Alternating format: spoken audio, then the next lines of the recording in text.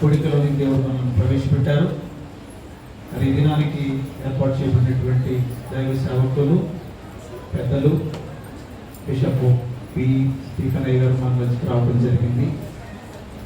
వారిని ఆహ్వానించినప్పుడు మన యొక్క ఆహ్వానం మేరకు వారు మన మధ్యకు వచ్చి ఈ దినాన్ని దైవ వర్తమానం అందించడానికి సిద్ధంగా ఉన్నారు.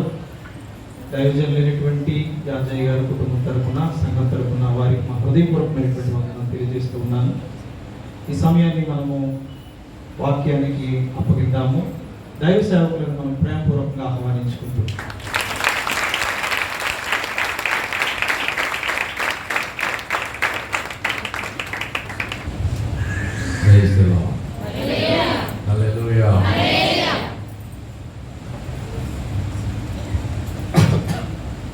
Let me at the outset apologize for being late. Actually, I'm supposed to come by car and I can't get a driver, and so it so happened that I had to come and travel on a bus. So please excuse me for being late. By this time I'm supposed to close actually, but I'm beginning at the time of closing. So I want to and patience. We are going to deal a very beautiful topic. Don't look at me seriously. నా వంక మరి అంత సీరియస్గా చూస్తే దెబ్బతినేస్తా. హల్లెలూయా. రెడ్డి వచ్చాడు మొదలెట్టండి, ఇప్పుడు వచ్చి ఏదో చెప్తున్నాడు ఈయన అని మీరు అనుకోకూడదు. మరి మంచిది. ఎలా మొదలెట్టాలో ఎక్కడ మొదలు పెట్టాలో అర్థం అవ్వట్లేదు నాకు. ఉపవాస కూడికలు 2వ రోజు అండి ఇది. మరి సభా కార్యక్రమం నడిపిస్తున్నటువంటి అధ్యక్షుల వారికి, ప్రత్యేకంగా ఈ పరిచర్యలకు అధ్యక్షులు, వ్యవస్థాపకులు, సంఘ నాయకులు, పెద్దలైన వారికి నా ప్రత్యేక వందనాలు. నాకు అంతగా పరిచయం లేదు కనుక మిమ్మల్ని అందరినీ చూడడం చాలా సంతోషం. దేవుని యొక్క వాక్యంలోకి వెళదాం. మీరు దయచేసి మీకు రిక్వెస్ట్ ఏంటంటే, అప్పుడప్పుడు నేను ఒకవేళ ఇంగ్లీష్లో మాట్లాడినా మీరు నా వంక వరద బాధితుల్లో చూడవద్దు. మళ్ళీ నేనే దాన్ని తెలుగులోకి అనువదించి నా తిప్పలు నేను పడతాను. నేను చెప్పదలుచుకున్నది మీకు అర్థమయ్యేటట్టే ప్రయత్నం చేస్తాను. మీరు కూడా ప్రయత్నం చేయండి. ఈ కరోనా నుంచి బయటకు వచ్చి మళ్ళీ గ్యాదరింగ్ అవుతున్నాం, కూడికలు. భయంకరమైన రోజులు. ఇదివరకు మనం అందరం అస్తమానం డేవిడ్ అనేవాడు. ఇప్పుడేమో కోవిడ్ అనవలసి అవుతుంది. ఏమంటే అప్పుడు డేవిడ్ అనేవాళ్ళం కదా. ఇప్పుడేమో ఇదివరకు యూత్ అంతా వ్యాలంటైన్ అని వరకు మానేశారు. ఇప్పుడంతా క్వారంటైన్ అంటున్నారు. రోజులు మారిపోయినాయి. ఓ భార్య ఎవరనంటే భర్తకి సేమియా ఇచ్చిందట. సేమియా ఇస్తే సేమియా తాగిన వరకు ఉండి సేమియాలన్నీ గ్లాసులో ఉండిపోయినట్టు పాలు తాగేసాడట. ఏంటి సేమియా రాలేదేంటంటే అన్నదంటే భార్య, మాస్క్ తీయకుండా తాగితే అంతే ఏంటి మరి అన్నది. పాప మాస్క్ అలవాటు మాస్క్తో తాగేసాడు. పెట్టుకుని భయంకరమైన రోజులు. మన కోర్టులో సీన్ జరిగిందట. భార్య ఎదురుగుండగానే చనిపోతుంటే భర్త కాపాడలేదట, రక్షించలేదు దగ్గరుండే. ఇప్పుడు కోర్టులో అడిగారట, ఏమయ్యా మరి దగ్గరే ఉన్నావు కదా, చూస్తానే మరి ఎందుకు కాపాడలేదు, రక్షించలేదంటే అన్నాడట. సోషల్ డిస్టెన్స్ మెయింటైన్ చేశాను అన్నాడు. ఏం డిస్టెన్స్ అంటే సోషల్ డిస్టెన్స్ మెయింటైన్ చేసేటంటే ముట్టుకోకూడదట. ఇవన్నీ కరోనా మీద జోకులు. ఎవడో ఆవిడ పేరు కరోనా అని పెట్టుకున్నాడట. ఫోన్లో పెట్టుకుంటే కరోనా అని ఎవరు ఆవిడ ఫోన్ చేస్తే ఈవిడికి వచ్చిందంట. ఇంకోళ్ళు కవల పిల్లలు పుట్టారంట. కవల పిల్లలు పుడితే ఒకరికేమో కోవాక్సిన్, ఇంకొకరికి కోవిషీల్డ్ అని పెట్టుకున్నారు. జ్ఞాపకార్థం ఏంటండి, కోవాక్సిన్, కోవిషీల్డ్. ఇటువంటి వాతావరణం నుంచి నెమ్మదిగా బయటపడి అలాగే గ్యాదర్ అయ్యి ఎప్పుడు కూడుకుంటామా అని కనిపెడితే ఈరోజు వచ్చింది. బాగుంది కదా. కొంతమంది ఆ ప్రార్థనకి అలవాటు అయిపోయారు. ఇంటి దగ్గర ఉండి రూమ్లోకి వెళ్ళి జూమ్లో మాట్లాడితే ఇంటి దగ్గర వినడం. అయితే ప్రియులరా, మరలా దేవుడు మంచి రోజులు ఇచ్చాడు. దేవునికి స్తోత్రం కలుగునుగాక. హల్లెలూయా. నేను ఇప్పుడు మొదలెడితే ఎప్పుడు ఆపుతానో, దీని టైమింగ్ ఏంటో, మీకు ఎన్ని గంటలకు ఆపాలని మీకు నియమం ఉందో, ఇంక ఇవన్నీ నాకు అనవసరం. నాకు ఆ సంగతే నాకు లిస్టులో తీశాను. 2 సెషన్లు కలిసిపోతాయో, 3 సెషన్లు కలిసిపోతాయో, రాత్రి అవుతుందో, పసుకోవడాలి కదా, భోజనాలు లేవు కదా, ఇక వంట పని లేదు, చల్లారిపోతాయి అనుకోవడం లేదు అసలు. కనుక ఇంక టైంతో సంబంధం లేదు ఇవాళ. అది ముందే చెప్పేస్తున్నాను. అమెరికాలో ఒక పాస్టర్ గారు ఉన్నారంట, మంచి వాక్యం చెప్తారంట, కానీ ముగించడం తెలియదట. కొంతమందికి స్టార్టింగ్ ట్రబుల్, కొంతమంది క్లోజింగ్ ట్రబుల్ ఉంటాయి. మాస్టర్ గారు అన్నారంటే, బాగానే చెప్తున్నావు కానీ అందరూ ఆడవాళ్ళందరూ తిట్టుకుంటున్నారు నిన్ను, నువ్వు ఎక్కడో దూరాన్ని అంటున్నావు, స్టేజ్ మీద వినబట్టలేదు, అమ్మలక్కలందరూ తిట్టుకుంటాను, నేను వినలేకపోతున్నాను బాబు, మేము ముసలాడే పెందలకాడ ముగించరా అన్నదట. ఆయన అన్నాడంటే, ముగించాలని ఉంది కానీ నాకు జనాలు చూసి పుల్ అయిపోతున్నానే అన్నాడట. ఆవిడ అన్నదట, అలా కాదు నాయన, నీకు దాంట్లో నువ్వు వాకింగ్ చెప్పే ముందు చాక్లెట్ ఇస్తాను, బొగ్గనెట్టుకో, అది 20 నిమిషాలు కరిగిపోద్ది, అది కరిగిపోగానే దానికి ఇదే నీకు ఆనవాళ్ళు, వెంటనే పుస్తకం మూసేనా అందట. పాస్టర్ గారు ఇచ్చినటువంటి సలహా మేరకు వాకింగ్ చెప్పే ముందు చాక్లెట్ తీసి బొగ్గనెట్టుకున్నాడంట. ఇవాళ అయ్యగారు 20 నిమిషాలకి కరిగిపోద్ది, ఆపేస్తాడని చూస్తుందంట. 20 నిమిషాలు కాదు, 60 నిమిషాలు అయిపోయినా ఆపట్లేదట. బొగ్గ చూపిస్తుందట. నీకు ఉందా అంటే ఉందంటాడండి. ఈయన సంఘస్థలకి ఏం అర్థం అవ్వట్లేదు, ఇద్దరు బొగ్గలు చూపించుకుంటారంటే, అది చూపించాడు, బొగ్గలు ఉందంటే అంటాడండి ఈయన. పాపం పొరపాటున తెగిపోయిన కోటి పొత్తం ఉంటే లెట్టేసిన చాక్లెట్ అనుకోండి, ఆ కోడి పొత్తం కరగదంట, ఈయన ఆపడంట, అక్కడ ఆవిడ జుట్టు పీక్కుంటుందంట. దేవుని బిడ్డలారా, నాకు ఆ ప్రాబ్లం ఏమీ లేదు. మీరు ఎంతసేపు వింటానంటే అంతసేపు చెబుతాను. నేను అలాగ కూర్చున్నాను, నడుమేమి లాగదు. మరి ఎందుకు కూర్చుని అనుకుంటున్నారు? ఇలా కూర్చున్న వాళ్ళు ఎగుతాడా, ఏదో నిలబడితే ఆపుతాడు అనుకోవచ్చు, కానీ మళ్ళీ కుర్చీ మీద కుర్చీ ఒకటి వేసుకోకున్నాను, కుర్చీలు కాయట్లేదు. మంచిది, దేవునికి స్తోత్రం కలుగునుగాక. హల్లెలూయా. Please turn with me to the book of Song of Solomon, chapter 6, verse 10. సొలొమోను పరమగీత గ్రంథం 6వ అధ్యాయం 10వ వచనం చదువుతున్నాను, చిత్తగించండి. Song of Solomon, chapter 6, verse 10, page number 566. పరమగీతం అంటే మా చర్చిలో ఒకడు మా ప్రకటన దగ్గర తిప్పేస్తున్నాడు అయితే నేనే చదివేస్తానులే సిస్టర్. ఏం చేద్దంటే ఎవరైనా చదవమంటే కొంచెం తప్పులు అయి చదువుతున్నాను. మొన్న మధ్య ఒక అమ్మాయిని బైబిల్ చదవమంటే ద్రాక్షావళి నేను ఈగల మీద అంది. ద్రాక్షావళి నేను ఈగల మీద, ప్రసంగం ఈగల మీదకి వెళ్ళిపోదా? ఈగల ప్రసంగం. మా ఇంట్లోనే మా అబ్బాయిని బైబిల్ చదవమంటే, ప్రభువా నేను ఆపత్కాలం అంత ఉండగా నీ వేళ తాగి ఉందో అంటున్నాడు.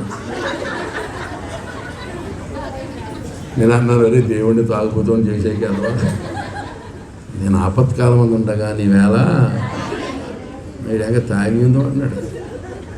కానీ అప్పటి నుంచి భయపడి ఇంకెవరిని చదవమంటలేదు,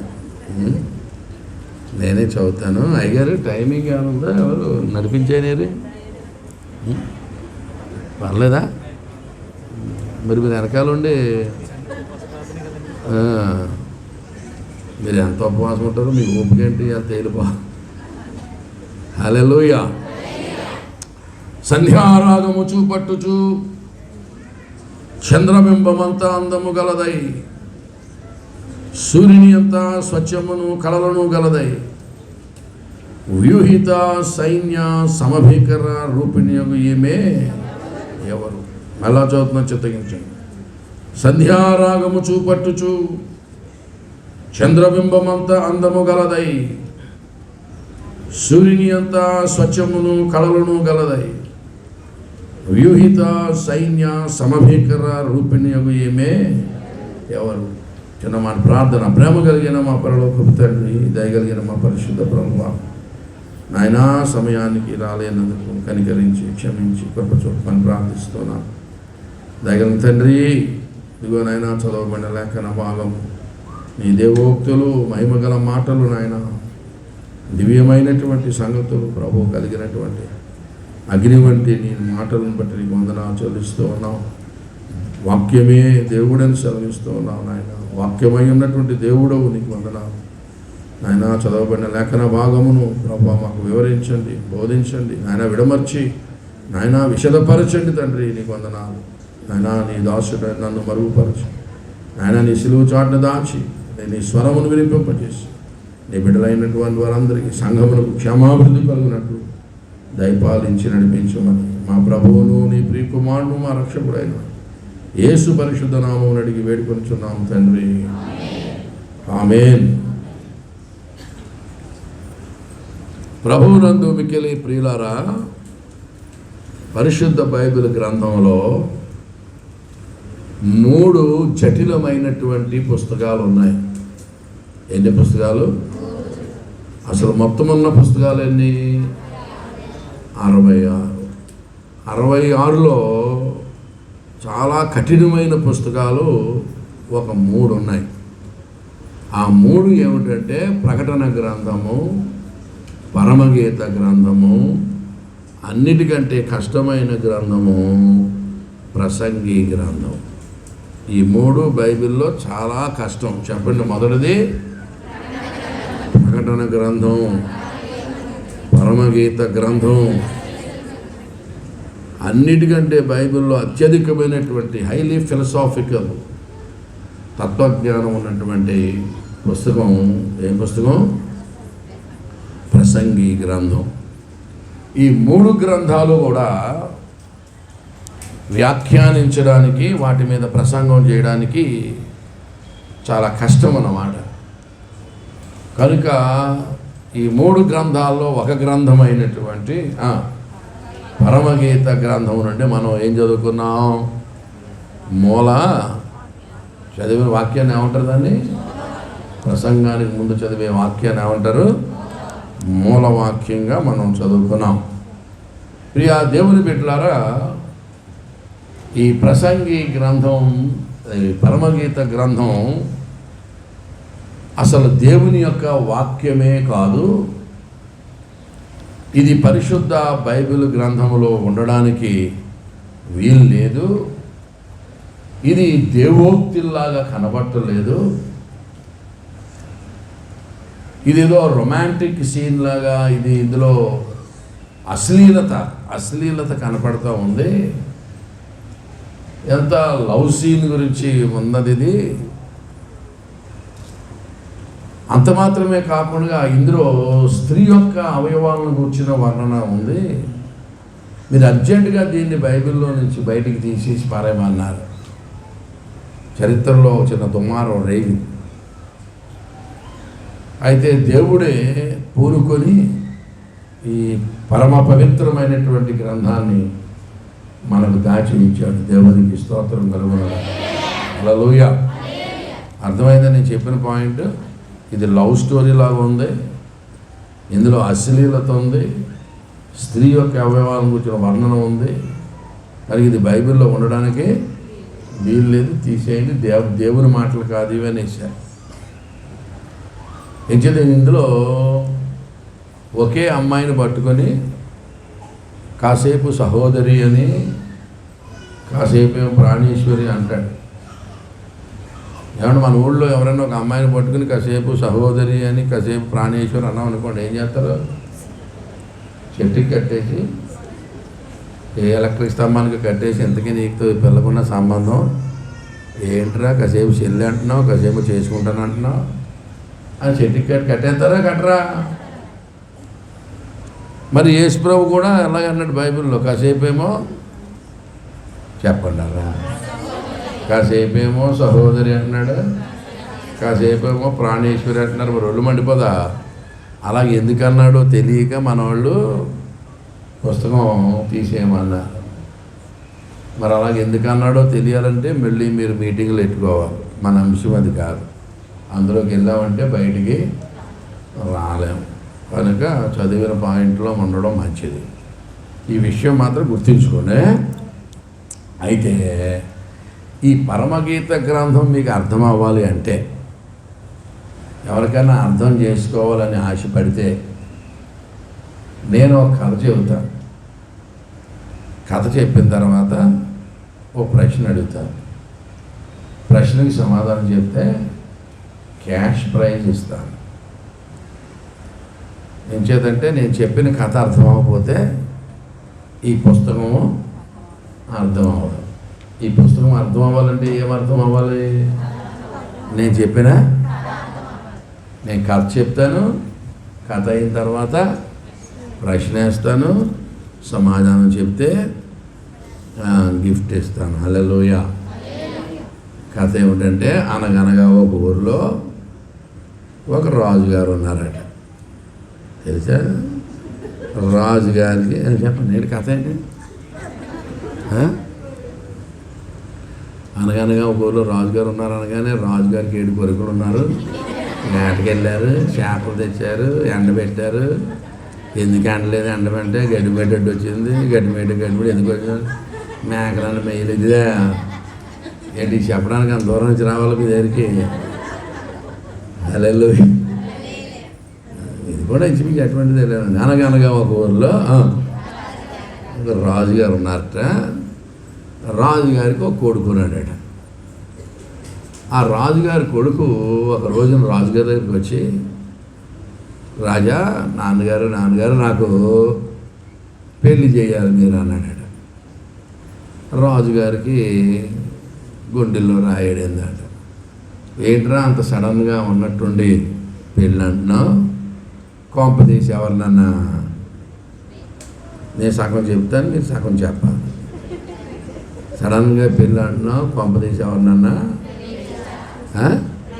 ప్రేమించావా అని అడిగారు. నవ్వుతారేట మాటకి? అది తప్ప అది అసలేవుతా? అంత సడన్గా పెళ్ళి అంటున్నావు, కొంప తీసి ఎవరినన్నా ప్రేమించావని రాజుగారు అడిగితే, ప్రేమించాను డాడీ అన్నాడు. అప్పుడు రాజుగారికి చాలా కోపం వచ్చి, అరే మనం రాజులు, మనకి పెద్ద రాజ్యము, పెద్ద సింహాసనము, సేనాధిపతులు, సైన్యం అంతా ఉంది. నువ్వు ప్రేమించిన అమ్మాయి వాళ్ళు నాన్న రాజేనా, వాళ్ళకి రాజ్యం ఉందా, వాళ్ళు రాజులేనా అని అడిగాడు. అడిగితే ఆ అబ్బాయి అన్నాడంటే, ఏమో డాడీ నాకు ఆ సంగతులు ఏమీ తెలియమన్నాడంట. రాజుగారికి ఇంకా ఒళ్ళు మండిపోయిందంట. ఒరే, కయ్యానికైనా బియ్యానికైనా సమముజ్యం ఉండాలంటారు. అంత కళ్ళు మూసుకుపోయి ప్రేమించావా వెదవా? ఇంతకీ ఆ రాజులా కాదంటే తెలియదు అంటున్నావు. ఏ ఊరు రా పిల్లదానడంట. ఏమో డాడీ తెలియదు అన్నాడు.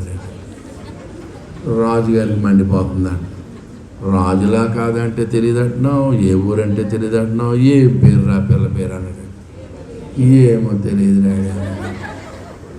మరి ఏది అడిగినా తెలియదు అంటున్నావు, ప్రేమించాను అంటున్నావు, మీరు ఎక్కడ కలుసుకుంటున్నారా అన్నాడు.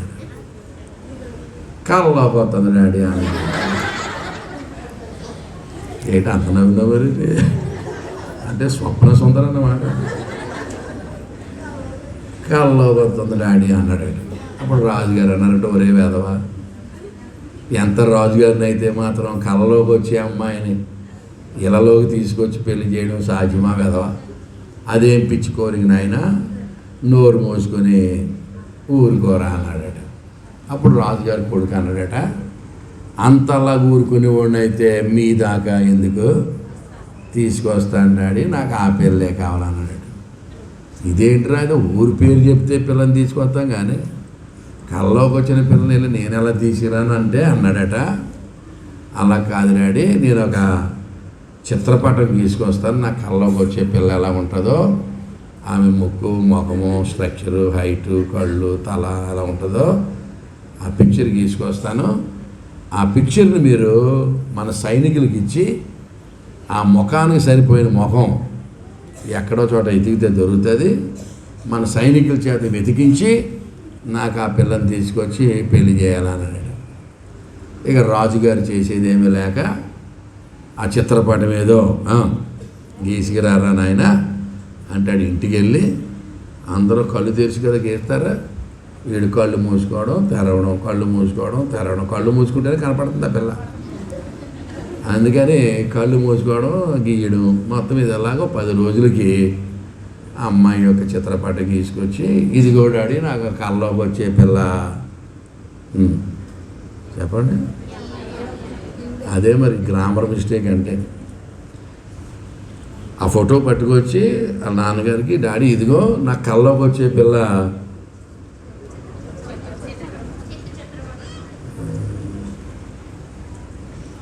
నేను తెలుగు వాళ్ళ అరవాళ్ళ? నా కళ్ళలోకి వచ్చే అమ్మాయి ఇదిగో ఇలాగే ఉంటుంది డాడీ అని చెప్పేసి ఆ చిత్రపటాన్ని ఇచ్చారంట. రాజుగారు చూశారంట అమ్మాయిని, హైటు వెయిటు అంతా బాగుంది. ఈ సైనికులు పిలిచి ఆ ఫోటో ఇచ్చి, అరే మీరు గుర్రాలు వేసుకొని ఈ ఫోటో పట్టుకుని వెళ్ళి మన రాజ్యం అంతా తిరిగి ఆడపిల్లలందరినీ మీరు మీట్ అయ్యి ఈ ముఖానికి సరిపోయిన ముఖం ఉంటే అర్జెంటుగా గుర్రం ఎక్కించుకొని తీసుకొచ్చేమన్నారట. ఆ ఫోటో పట్టుకుని సైనికులు గుర్రాలు వేసుకొని తోటడం అనుకుంటా ఊళ్ళోకి వెళ్ళిపోయారట. ఆడపిల్ల కనపడితే పాపం ఫోటో చూడటం ముఖం చూడటం, ఫోటో చూడటం ముఖం చూడటం, ఈ ముఖానికి ఏమైనా సరిపోద్దా, ఈ ఫోటోకి ఏమైనా సరిపోద్దా అని చూస్తున్నారట. ఎంత ఎతికినా ఆ ఫోటోకి సరిపోయే ముఖం కనపట్టలేదట. వచ్చి నెల అయిపోయిందంట. ఇల్లు ఎంతకాలం అయిపోయింది?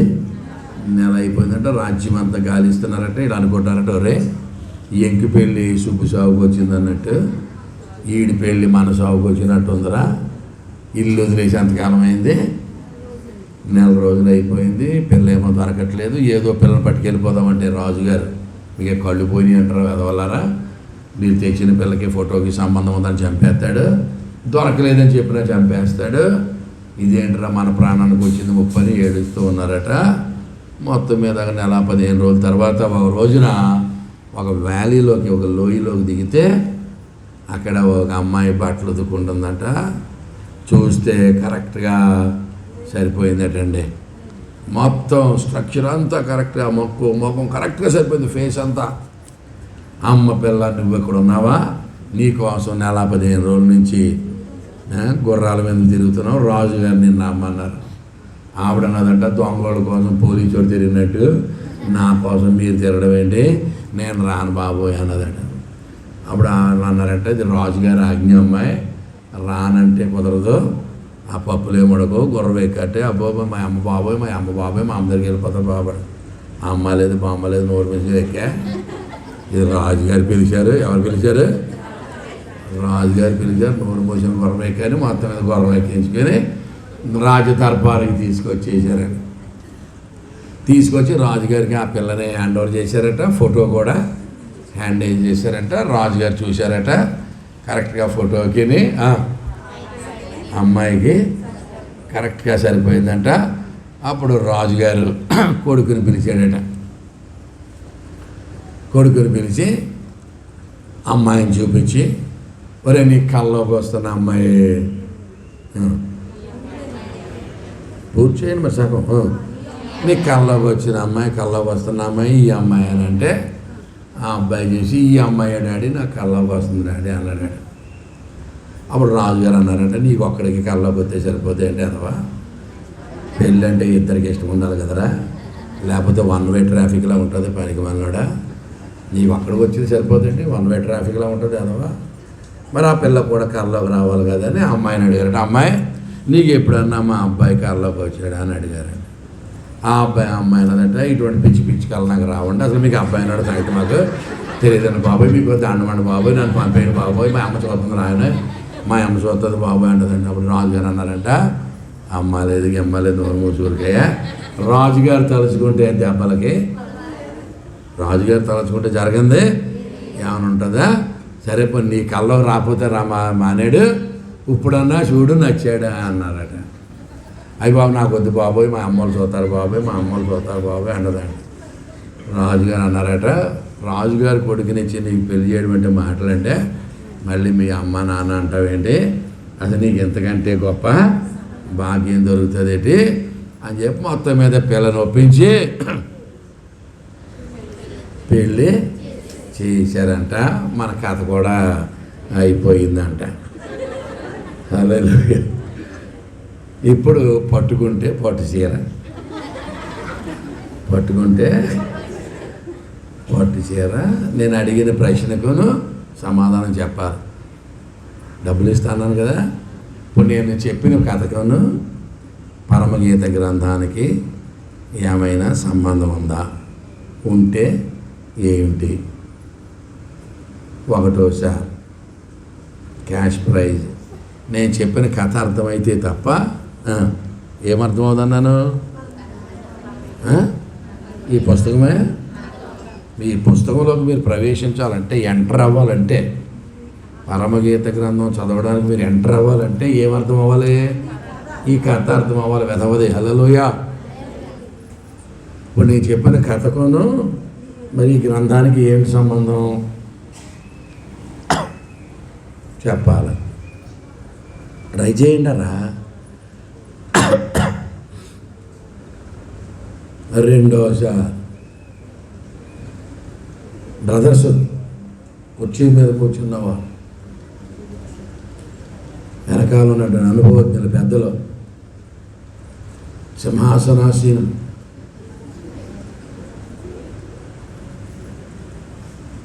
మూడోసారి నేను డబ్బులు ఎందుకు ఇస్తానన్నానంటే మీరు చెప్పరని నాకు బాగా, లేకపోతే నేను డబ్బులు పోగొట్టుకున్నాను.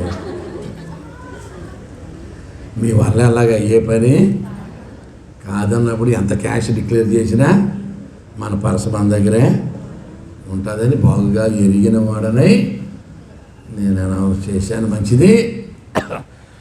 ఇప్పుడు ఎందుకు చెప్పమంటారా? ఈ కథ తాలూకా సంగతి ఏంటంటే, మన కథలో ఉన్నటువంటి రాజకుమారుడు తాను చేసుకున్న అమ్మాయిని గురించి, అమ్మాయిని ఇంతకుముందు చూడకుండగానే, పిల్లను చూడకుండగానే ఊహించి కలగని ఏ విధంగా చిత్రపటం గీశాడో అర్థమవుతుందా? పెళ్ళికొడుకు పిల్లని చూశాడా? పిల్లని చూడకుండగానే ఊహించి కలగని ఏ విధంగా చిత్రపటం గీశాడో అలాగే మన యేసయ్య కూడా తాను చేసుకోబోయే సంఘ కన్యక యొక్క సౌందర్యం ఎలా ఉండాలో, ఇంకా క్రొత్త నిబంధన సంఘం ప్రారంభం కాక మునిపే ఊహించి కలగని ఆ త్రికాల జ్ఞాని భవిష్యత్తులోకి చూచి ఒక చిత్రపటం గీశాడు. ఆవిడ చేసుకునే కన్యక యొక్క సౌందర్యం ఎలా ఉండాలో ఆ చిత్రపటమే సొలొమోను పరమగీత గ్రంథము. దేవునికి స్తోత్రం కలుగునుగా. మీలో చాలామందికి అర్థం అవ్వలేదన్న సంగతి నాకు అర్థమైపోయింది. హల్లెలూయా. రాజుగారి కొడుకు అమ్మాయిని చూడకుండానే ఊహించి కలగని ఏ విధంగా చిత్రపటం గీశాడో అలాగే యేసు ప్రభు కూడా తాను చేసుకోబోయే సంఘ కన్యక యొక్క సౌందర్యం ఎలా ఉండాలో, అప్పుడు ఇంకా దేవుని సంఘం ఇంకా చర్చ ఇంకా ప్రారంభం కాకమునిపే పాత నిబంధన కాలంలోనే ఊహించి కలగని ఒక చిత్రపటం గీశాడు. ఆ చిత్రపటం పేరే పరమగీత. అంటే ఈ పరమగీత గ్రంథంలో సంఘ కన్యక ఉన్నది. సంఘ కన్యక అనగా షూలమితి కన్యక యొక్క సౌందర్యం ఉంది. ఆవిడ జుట్టు ఎలా ఉందో, ఆవిడ కళ్ళు ఎలా ఉన్నాయో, ఆవిడ యొక్క సకల అవయవాలు ఎలా ఉన్నాయో, ఆవిడ నడక ఎలా ఉందో, ఆవిడ పాదరక్షలు ఎలా ఉన్నాయో, ఆవిడ నడుము ఎలా ఉందో, సకల అవయవాలు కూడా ఎలా ఉన్నాయో ఇందులో వర్ణించి ఉన్నది. దేవునికి స్తోత్రం కలుగునుగాక. హల్లెలూయా. ఇప్పుడు అర్థమైందా?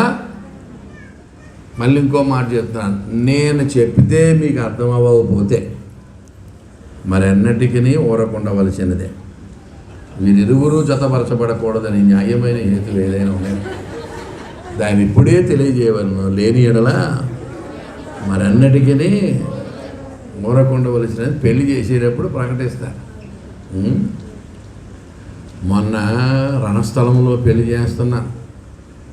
రణస్థలంలో ఒక అమ్మాయి చర్చి కట్టుకుని చర్చి ఓపెనింగ్ రోజునే పెళ్లి పెట్టుకుంది. ఆ పిల్ల ఒకతే అన్యుల్లోంచి రక్షణ పొంది, ఒకతే ఆడమనిషే, ఆడపిల్లే ఆత్మలు సంపాదించి ఆమె చర్చి కట్టేసింది. ఓపెనింగ్ రోజునే పెళ్ళి పెట్టుకుంది. నేను పెళ్లి చేయడానికి నన్ను పిలిచారు. ఇద్దరిని నిలబెట్టి ఇలా ప్రకటన చేశాను. వీరిరువురు జతపరచబడకూడదని ఎవరికైనా న్యాయమైన హేతు ఏదంటే చెప్పండి అంటే సంఘంలో ఎవరు ఏం మాట్లాడలేదు. వాళ్ళు చేసుకుంటే మాకేంటన్నట్టు సంతోషంగానే ఉన్నారు. అప్పుడు పెళ్లి కొడుకుని అడిగాను, బాబు నీకు ఈ పెళ్లి వల్ల నీకు ఏమన్నా అభ్యంతరం ఉందా అంటే నాకు అభ్యంతరం లేదండి, నాకేం అభ్యంతరం లేదండి అన్నాడు. నేను అన్నా నీకెందుకు ఉంటుందిలే, ఎప్పుడు చేస్తారని నువ్వు చూస్తున్నట్టు ఉన్నావు అని అన్నాను. తర్వాత ఈ అమ్మాయిని అడిగిన, అమ్మాయి నీకేమన్నా అభ్యంతరమా అమ్మాయి అన్నాను. ఆ అమ్మాయి అంది, ఈ పెళ్ళి నాకు వద్దండి, ఇతను నాకు ఇష్టం లేదండి. ఇంకా చూడండి సీన్ ఎలా ఉంటుందో అప్పుడు మీరు ఊహించుకోండి.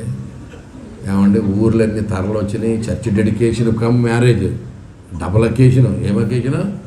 ఓ పక్క నుండి ఆలయ ప్రతిష్ట, మరో ప్రక్క వివాహం. కిటకిటలు ఆడిపోతున్నారు. నేనేమో సూపర్ ప్రసంగం చేశాను. అప్పటికే జనాలు కడుపు నొప్పితో నమ్మలేక సచ్చారు. స్వస్థత ప్రార్థన చేస్తానని ఆఖరిని చెప్పాను. ఈ కడుపు నొప్పి వాళ్ళు అందరికీ ఆఖరిని వెళ్ళిపోయేటప్పుడు హీలింగ్ ప్రేయర్, స్వస్థత ప్రార్థన చేసి వెళ్తానని చెప్పాను. తర్వాత పెళ్లి చేసిన తర్వాత చేస్తానన్నమాట. ఈ పిల్ల ఏమందండి, మైక్లో ఈ అబ్బాయి అంటే నాకు ఇష్టం లేదు, నాకు ఈ పెళ్ళి వద్దనేసింది. అప్పుడు ఏం చేయాలి పాస్టర్ గారు? వాళ్ళ అమ్మ అప్పుడే దూరలేస్తున్నారు కిందడి, పెళ్లి కూతురు తల్లి. అయ్యి బాబు ఇలాగే అనేసి వెంటే నేను అన్నాను, మరి అమ్మాయి మరి ఇంతవరకు ఎందుకు రానిచ్చావు అన్నాను. అది ముందే చెప్పైపోయావా అంటే అన్నదా పిల్ల, మా అమ్మకి చెప్పానంటే వినలేదు, మా నాన్నకి చెప్పాను వినలేదు, పాస్టర్ గారికి చెప్పాను వినలేదు, పాస్టర్ అమ్మ గారికి చెప్పాను వినలేదు. పర్లేదు ఆడే మారతాడు చేసుకొని నన్ను ఎక్కడి దాకా లాక్కొచ్చారండి. ప్రధాన రోజులు కూడా చెప్పానండి, వద్దమ్మా అంటే లేదమ్మా చేసుకోమ్మా, ఆడే మారతాడులే అమ్మా చేశారండి. వీడన్ని బూతులు తిడతాడండి, వీడికి సావు అంటే పనికిరాడండి. నేనే ఈ దేవుళ్ళకి నడిపించానండి, మాకు చిన్న చుట్టం అవుతాడండి, వద్దండి నాకు అన్నదాళ్ళు. ఆదిని స్టోర్ మంచిదండి, వీడికి అనుమానం ఎక్కువండి. ఇప్పుడు సేవలో బోల్డ్ చోట్లకి వెళ్ళాలి, తిరిగామంటే ఎక్కడ తిరిగి వచ్చావు అంటాడండి. వీడన్నీ తిట్టుబోతుడు అనుమానస్తుడండి. అయ్యగారు మీకు దాన్ని పెడతాను, మీరు వచ్చిన కారు వేసుకుని వెళ్ళిపోండి అన్నదాళ్ళు. దేవునికి స్తోత్రం కలుగునగాక. అంత తేలిగ్గా వెళ్ళిపోగలవా? అదే చిన్న మాట. మొత్తం మీద 4 గంటల దాకా బతిమాలం ఊరోళ్ళు అందరూ బతిమారు. ఏమంటే బంధువులు బతిమారు, అమ్మ బతిమారు, నాన్న బతిమారు, తల్లిదండ్రులు ఏడుస్తున్నారు. చాలా గొడవ జరిపోయింది. అన్నాడు పెళ్లి కొడుకు. నేను అన్నాను, ఒరే మరి సేవ చేస్తానని చెప్పొచ్చు కదా నువ్వు అన్నాను. సేవ చేస్తానని చెప్పరా బాబు, చేతి చేసుకుంటుంది అంటే అన్నాడా. సేవ అంటే బడ్డీ కొట్టుకుని ఏంటంటే పెట్టుకోవడానికి నాకు ఇష్టం లేదు, ఎలా చేస్తానన్నాడు ఆడు. సేవ అంటే బడ్డీ కొట్టెట్టుకోవడం అనుకున్నారా? అది మాట్లాడేటండి. సేవ అంటేనే నాకు ఇష్టం లేదండి, నేను చేయలేనండి, అది నా వల్ల అవ్వదండి అనేసి అంటే అన్నాడు. ఈ అమ్మాయినండి నన్ను దేవుళ్ళకి నడిపించింది. యాక్చువల్గా మా ఇంట్లో వేరే ఇలవేలు పొంది. ఈ అమ్మాయి ఎంత పెంచదంటేనండి, ఈవిడికి పెళ్ళి అక్కర్లేదు, తల్లి అక్కర్లేదు, తండ్రి అక్కర్లేదు, ఏమండి బంధువులు అక్కర్లేదు, ఇంకేం అక్కర్లేదు ఆవిడకి. ఇది సేవ పిచ్చిదండి అన్నాడు. ఏం పిచ్చట? ఈ అమ్మాయికి సేవ పిచ్చండి, ఏం అక్కర్లేదండి ఈవిడికి అనేసాడు ఆడే. ఓన్లీ నీకు సెట్ అవ్వదు, డ్రాప్ అయిపోరు అన్నాను. మొత్తం మీద పిల్ల డ్రాప్ అయిపోయింది. దేవునికి స్తోత్రం కలుగునగా. చూసారా ఎంత సమర్పణం? బ్రహ్మాండంగా ముస్తాబాయి చక్కగా చీరకట్టుకుని వెయిలు వేసుకుని చక్కగా తయారై వచ్చింది. ఫేషియల్ అని చేయించుకుంది, అంతా బాగుంది. హల్లెలూయా. అందులోకి ఎందుకు వెళ్ళాం మనం? ఓహో నేను చెప్తే అర్థం అవ్వకపోతే అన్నాను కదా. మరి అన్నటికీ ఊరకుండవలసింది అన్నానికి వచ్చింది ఇందులో గొడవ. హల్లెలూయా. అమ్మో సైడ్ అయిపోకూడదు మనం మళ్ళీ వాక్యంలోకి. అసలు మీకు వాక్యం స్టార్ట్ చేసేటప్పటికే 2 అవుతుంది మనం మెసేజ్లోకి వెళ్ళేసరికి. ఇప్పుడు ఇవ్వండి మీకు ఎలాగా సంకటమే. ఇప్పుడు ఈ వచనం ఉందా, సంధ్యారాగము చూపట్టుచు అదొక రోజు. ఏమంటే చంద్రబింబం అంత అందము గలదే అదొక రోజు. సూర్యుని ఎంత స్వచ్ఛమును కళలు గలదే అదొక రోజు. వ్యూహిత సైన్య సమభీకర రూపిణగా ఎవరో అదొక రోజు. ఇన్ని రోజులు అయితే కానీ ఈ వచనం అవ్వదు. మరి అది సంగతి. అందుకని మనం వచనం అంతా ధ్యానించడం సాధ్యమేమీ కాదు. నెమ్మదిగా మెసేజ్లోకి వెళ్తాను. ఎప్పటికి వెళ్తానో మీరు అలాగే చూస్తూ ఉండండి. హల్లెలూయా. అయితే ఓ ప్రశ్న అడుగుతున్నాను, మీరు వినండి. పరమగీత గ్రంథంలో చెప్పాను కదా, రెండో ప్రశ్న. నిజంగా గుండెల మీద చెయ్యేసి చెప్పండారా, ధైర్యంగా చెప్పాలి నాకు. దేవుడు పెళ్లి చేసుకుంటాడా? పెళ్లి చేసుకుంటే పిల్లనిచ్చే మామ ఎవరు? దేవుడికి పెళ్ళి అవసరమా? నిజంగా నా గుండెల మీద చెయ్యి ధైర్యంగా చెప్పాలి నాకు. దేవుడు పెళ్ళి చేసుకుంటాడా? దేవుడు పెళ్లి చేసుకోడు అన్నవాళ్ళు చేయిపోయి దేవుడు పెళ్ళి ఏంటంటే మధ్య లేకపోతే దేవుడు పెళ్లి చేసుకోడు అన్నవాళ్ళు చేయిపోయికెత్తండారా? చేయిపోయికెత్తమంటే తలెట్టుకుంటారు. చెప్పండి రా, దేవుడు పెళ్లి చేసుకుంటాడు అన్నవాళ్ళు చేయిపోయికెత్తండి. బ్రదర్ ఎత్తారు, ఇద్దరు ఎత్తారు, వెరీ గుడ్. దేవుడికి పెళ్ళి ఏంటండి మధ్య లేకపోతే మనిషి ఏంటి అన్నవాళ్ళు చేయిపోయికెత్తాను. చేసుకోడు అన్నవాళ్ళు చేస్తాడు. చేసుకుంటాడో చేసుకోడు ఆ సంగతి నాకు తెలియదు అన్నవాళ్ళు చేయిపోయికెత్తాను. అదన్నా చెప్పండి. దానికి చేస్తారు. అసలు నా పెళ్ళి చెడిపోయి నేను ఎడుతుంటే మీ గోల ఏంటని అన్నది. వాళ్ళు ఎక్కువ ఉంటారు ఈ బ్యాచ్. మా మధ్య పడక మేము ఎడుతుంటే మీ గోల ఏంటంటే వాళ్ళు. మరి మీరు ఏది చెప్పకపోతే మరి ఎలాగ మన సబ్జెక్టు లోపలికి ఎలాగెళ్తాం? ఏదో ఒకదంపుడులాగా చెప్పుకోవడం నాకు ఇష్టం లేదు. ఏదో 4 మొక్కలు నేర్చుకుని వెళ్ళాలి. ఇవ్వాలి. హల్లెలూయా. ఏదో సంగతి మనకు తెలియాలి. హల్లెలూయా. ఆ ఇద్దరు ఎత్తారు దేవుడు పెళ్లి చేసుకుంటాడని. హల్లెలూయా. అమ్మా ఏంటో చేసుకుంటాడా? మీరు డిబేట్ పెట్టుకున్నారండి ఇక్కడ. ఆవిడ ఎలా అంటుంది, ఆవిడ హూ అంటుంది, ఏంటది? Praise the Lord. హల్లెలూయా. దేవుడు పెళ్ళి చేసు. మరి అక్కడే ఆగిపోతారు. తరువాయి భాగం వచ్చే వారం. తరువాయి భాగం అలాగంటాడు. ఇంకా మనసు ఉండదు. ఇంకా చాలా మరి ప్రాముఖ్యమైన అంశం. మరి ఎందుకు మీరు మిస్ అవుతున్నారో నాకు అర్థం అవ్వట్లేదు. దేవుడు పెళ్ళి చేసు కోడు కొంటాడా? ఓ నాయన భలే వాళ్ళు ఉన్నారు మీరా. అసలు దేవుడి సృష్టి అంతా చేసింది దేనికోసం అనుకుంటున్నారు? దేవుడి పెళ్లి కోసమే. అసలు క్రైస్తవ వివాహం అంటేనే సృష్టి మర్మం అంతా ఇందులో ఉంది. ఇప్పుడు నరుడు ఒంటరిగా ఉండటం మంచిది కాదంటే మనం ఏమనుకున్నామంటే మనం కాబోలు ఒంటరిగా ఉండడం మంచిది కాదు అనుకున్నారు. మన గురించి కాదు చెప్పడం దేవుడు. గుణవతి అయిన భార్య దొరుకుట అరుదు అన్నాడా లేదా? గుణవతి అయిన భార్య దొరుకుట అరుదంటే అర్థం ఏంటి? గుణవంతుడైన భర్త దొరుకుట సులువని. ఏ మగవాడు చూసినా మంచోడే, ఏ ఆడ చూసినా లేడీ కేడీయే. అప్పుడు నిజంగా చెప్పంటారా? ఆడవాళ్ళు మంచిగా మగవాళ్ళు మంచిగా ఒరిజినల్గా? ఏంటమ్మా మా తల్లే? ఎవరు మంచి? నిజంగా చెప్పండి. సృష్టిలో ఆడవాళ్ళు మంచివాళ్ళ మగవాళ్ళు మంచివాళ్ళ? ఆడవాళ్ళు తాగరు, మందు కొట్టరు, వ్యసనాలు ఉండవు, గొడవలకి వెళ్ళరు, చాలా మంచివాళ్ళు. మగవాళ్ళకి అన్ని వ్యసనాలు ఉంటాయి, తాగుతారు, తన్నుకుంటారు. మరి ఇప్పుడు ఎవరు మంచివాళ్ళు? సరే, ఈ విషయం కూడా నేను తర్వాత చెప్తాను. దేవునికి స్తోత్రం కలుగును. గుణవతి అయిన భార్య దొరుకుట అరుదంటే అర్థం దేవుడు మనల్ని అంటలేదు సుమా, ఆడవాళ్ళు అంటలేదండి. అలాగనుకునేది కొంపతీసి.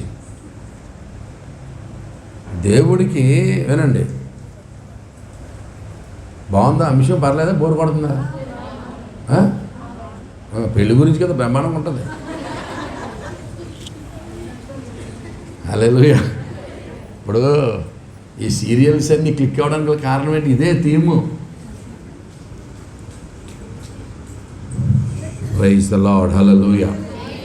నేను చాలా రోజుల నుంచి నాన్ స్టాప్గా మాట్లాడుతాను. ఈ మాస్క్ ఎట్టి తిరగడం ఒకటేమో ఊపిరాట్లేదు. హల్లెలూయా. ప్రియులారా, శ్రీమద్ విరాట్ పోతులూరి వీరబ్రహ్మం గారు అన్నాడు, ఒక వీరభోగ వసంతరాయుడు రాబోతున్నాడు లోకంలోకి అన్నాడు పోతులూరి వీరబ్రహ్మం గారు. తెలుసా మీకు సంగతి? వసంతరావు అంటే అర్థం ఏమిటి? వసంతుడు అంటే వసంతరావు అంటే తెలుసా? మేము లేదని తెలిసా అని అడగకూడదు అనమాట. చూడలే, వసంతరావు అంటే పెళ్లి కొడుకు అని అర్థం ఏంటండి. వసంతుడు అనగా పెండ్లి కుమారుడు అని. వీరభోగ వసంతరాయుడు రాబోతున్నాడు అన్నాడు. చూసారా? ఆ రాబోతున్నటువంటి వసంతరాయుడు యేసుప్రభువే. దేవునికి స్తోత్రం కలుగునుగా. హల్లెలూయా. అసలు ఈ బైబిల్ అంతా కూడా ఆ కొడుకు పెళ్లి గురించి రాయబడింది. ఆది కాండం దగ్గర నుంచి ప్రకటన గ్రంథం దాకా. దేవుని కుమారుడైన యేసుక్రీస్తు పెళ్లి చేసుకుంటాడు. హల్లెలూయా. హల్లెలూయా. ఆ పెళ్లి గురించి వ్రాయబడినటువంటి పుస్తకమే పరిశుద్ధ బైబిల్ గ్రంథం. దేవునికి స్తోత్రం కలుగునుగాక. హల్లెలూయా. అయితే ప్రియులారా, ఈ పెళ్ళి ఎలా ఉంటుందంటే, పూర్వకాలం రాజుగారు వాళ్ళ కూతురికి పెళ్లి చేయాలంటే స్వయంవరం కండక్ట్ చేసేవారు. తెలుసు కదా? స్వయంవరాలు కండక్ట్ చేసేవాడు. రాజకుమారులందరూ వచ్చి బల ప్రదర్శన చేసేవారు. పెళ్లి కూతురు చేతిలో దండ ఉండేది. ఈ అమ్మాయి అందరినీ చూసుకుంటూ వచ్చి ఎవరు నచ్చితే అతని మెడలో దండేసేసింది. ఆవిడ ఎవరి మెడలో దండేస్తే అతడే ఆమెకు భర్త. దాన్ని ఏమనేవారు?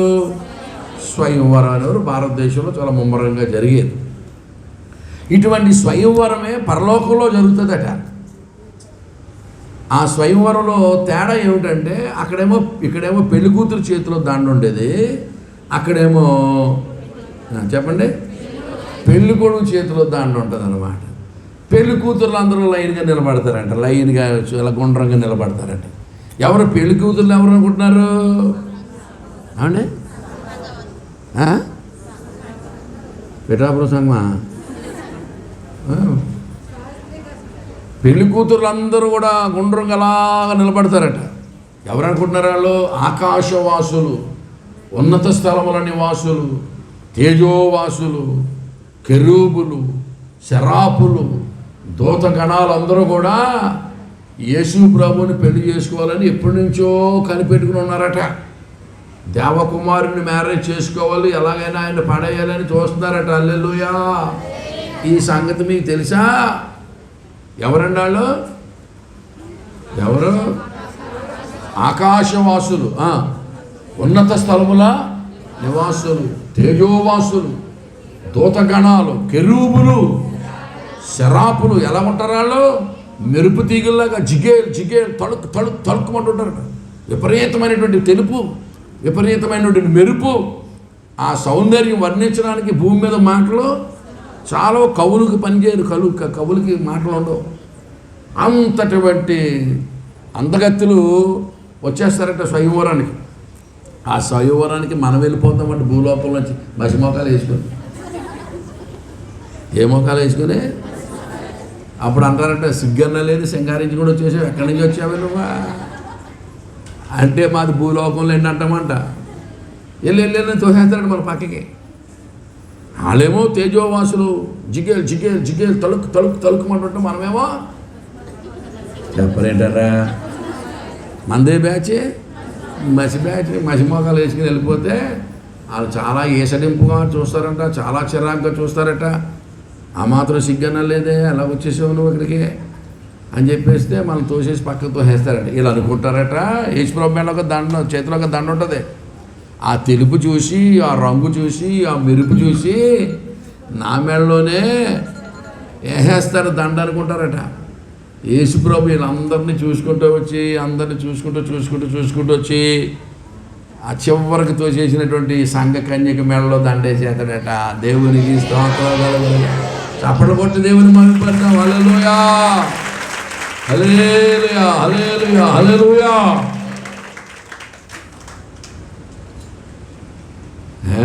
అప్పుడు వాళ్ళందరూ అంటారంట, స్త్రీలు ఆమెను చూచి ధన్యురాలు, ఏమి ఛాన్స్ కొట్టేసి ఖరీదానా, నీకెలా నచ్చాడే,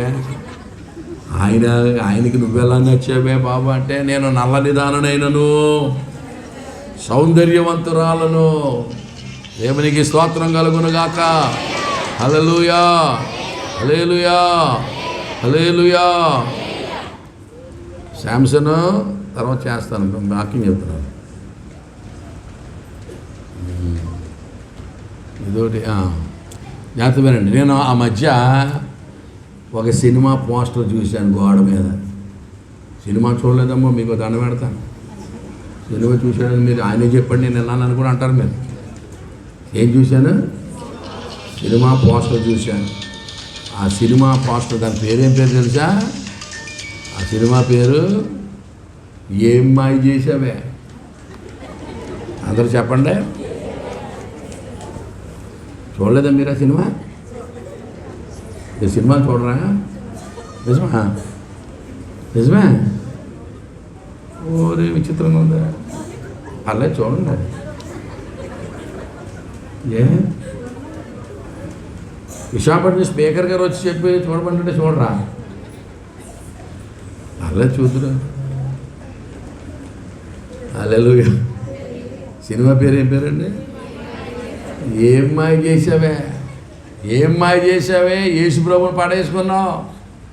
రేపు పొద్దున్న విశ్వం అంతా కూడా మనల్ని చూసి అదే మాట అనబోతుంది. ఏం మాయ చేసావే, యేసుప్రభుని ఆకర్షించుకున్నావు. దేవునికి స్తోత్రం కలుగును.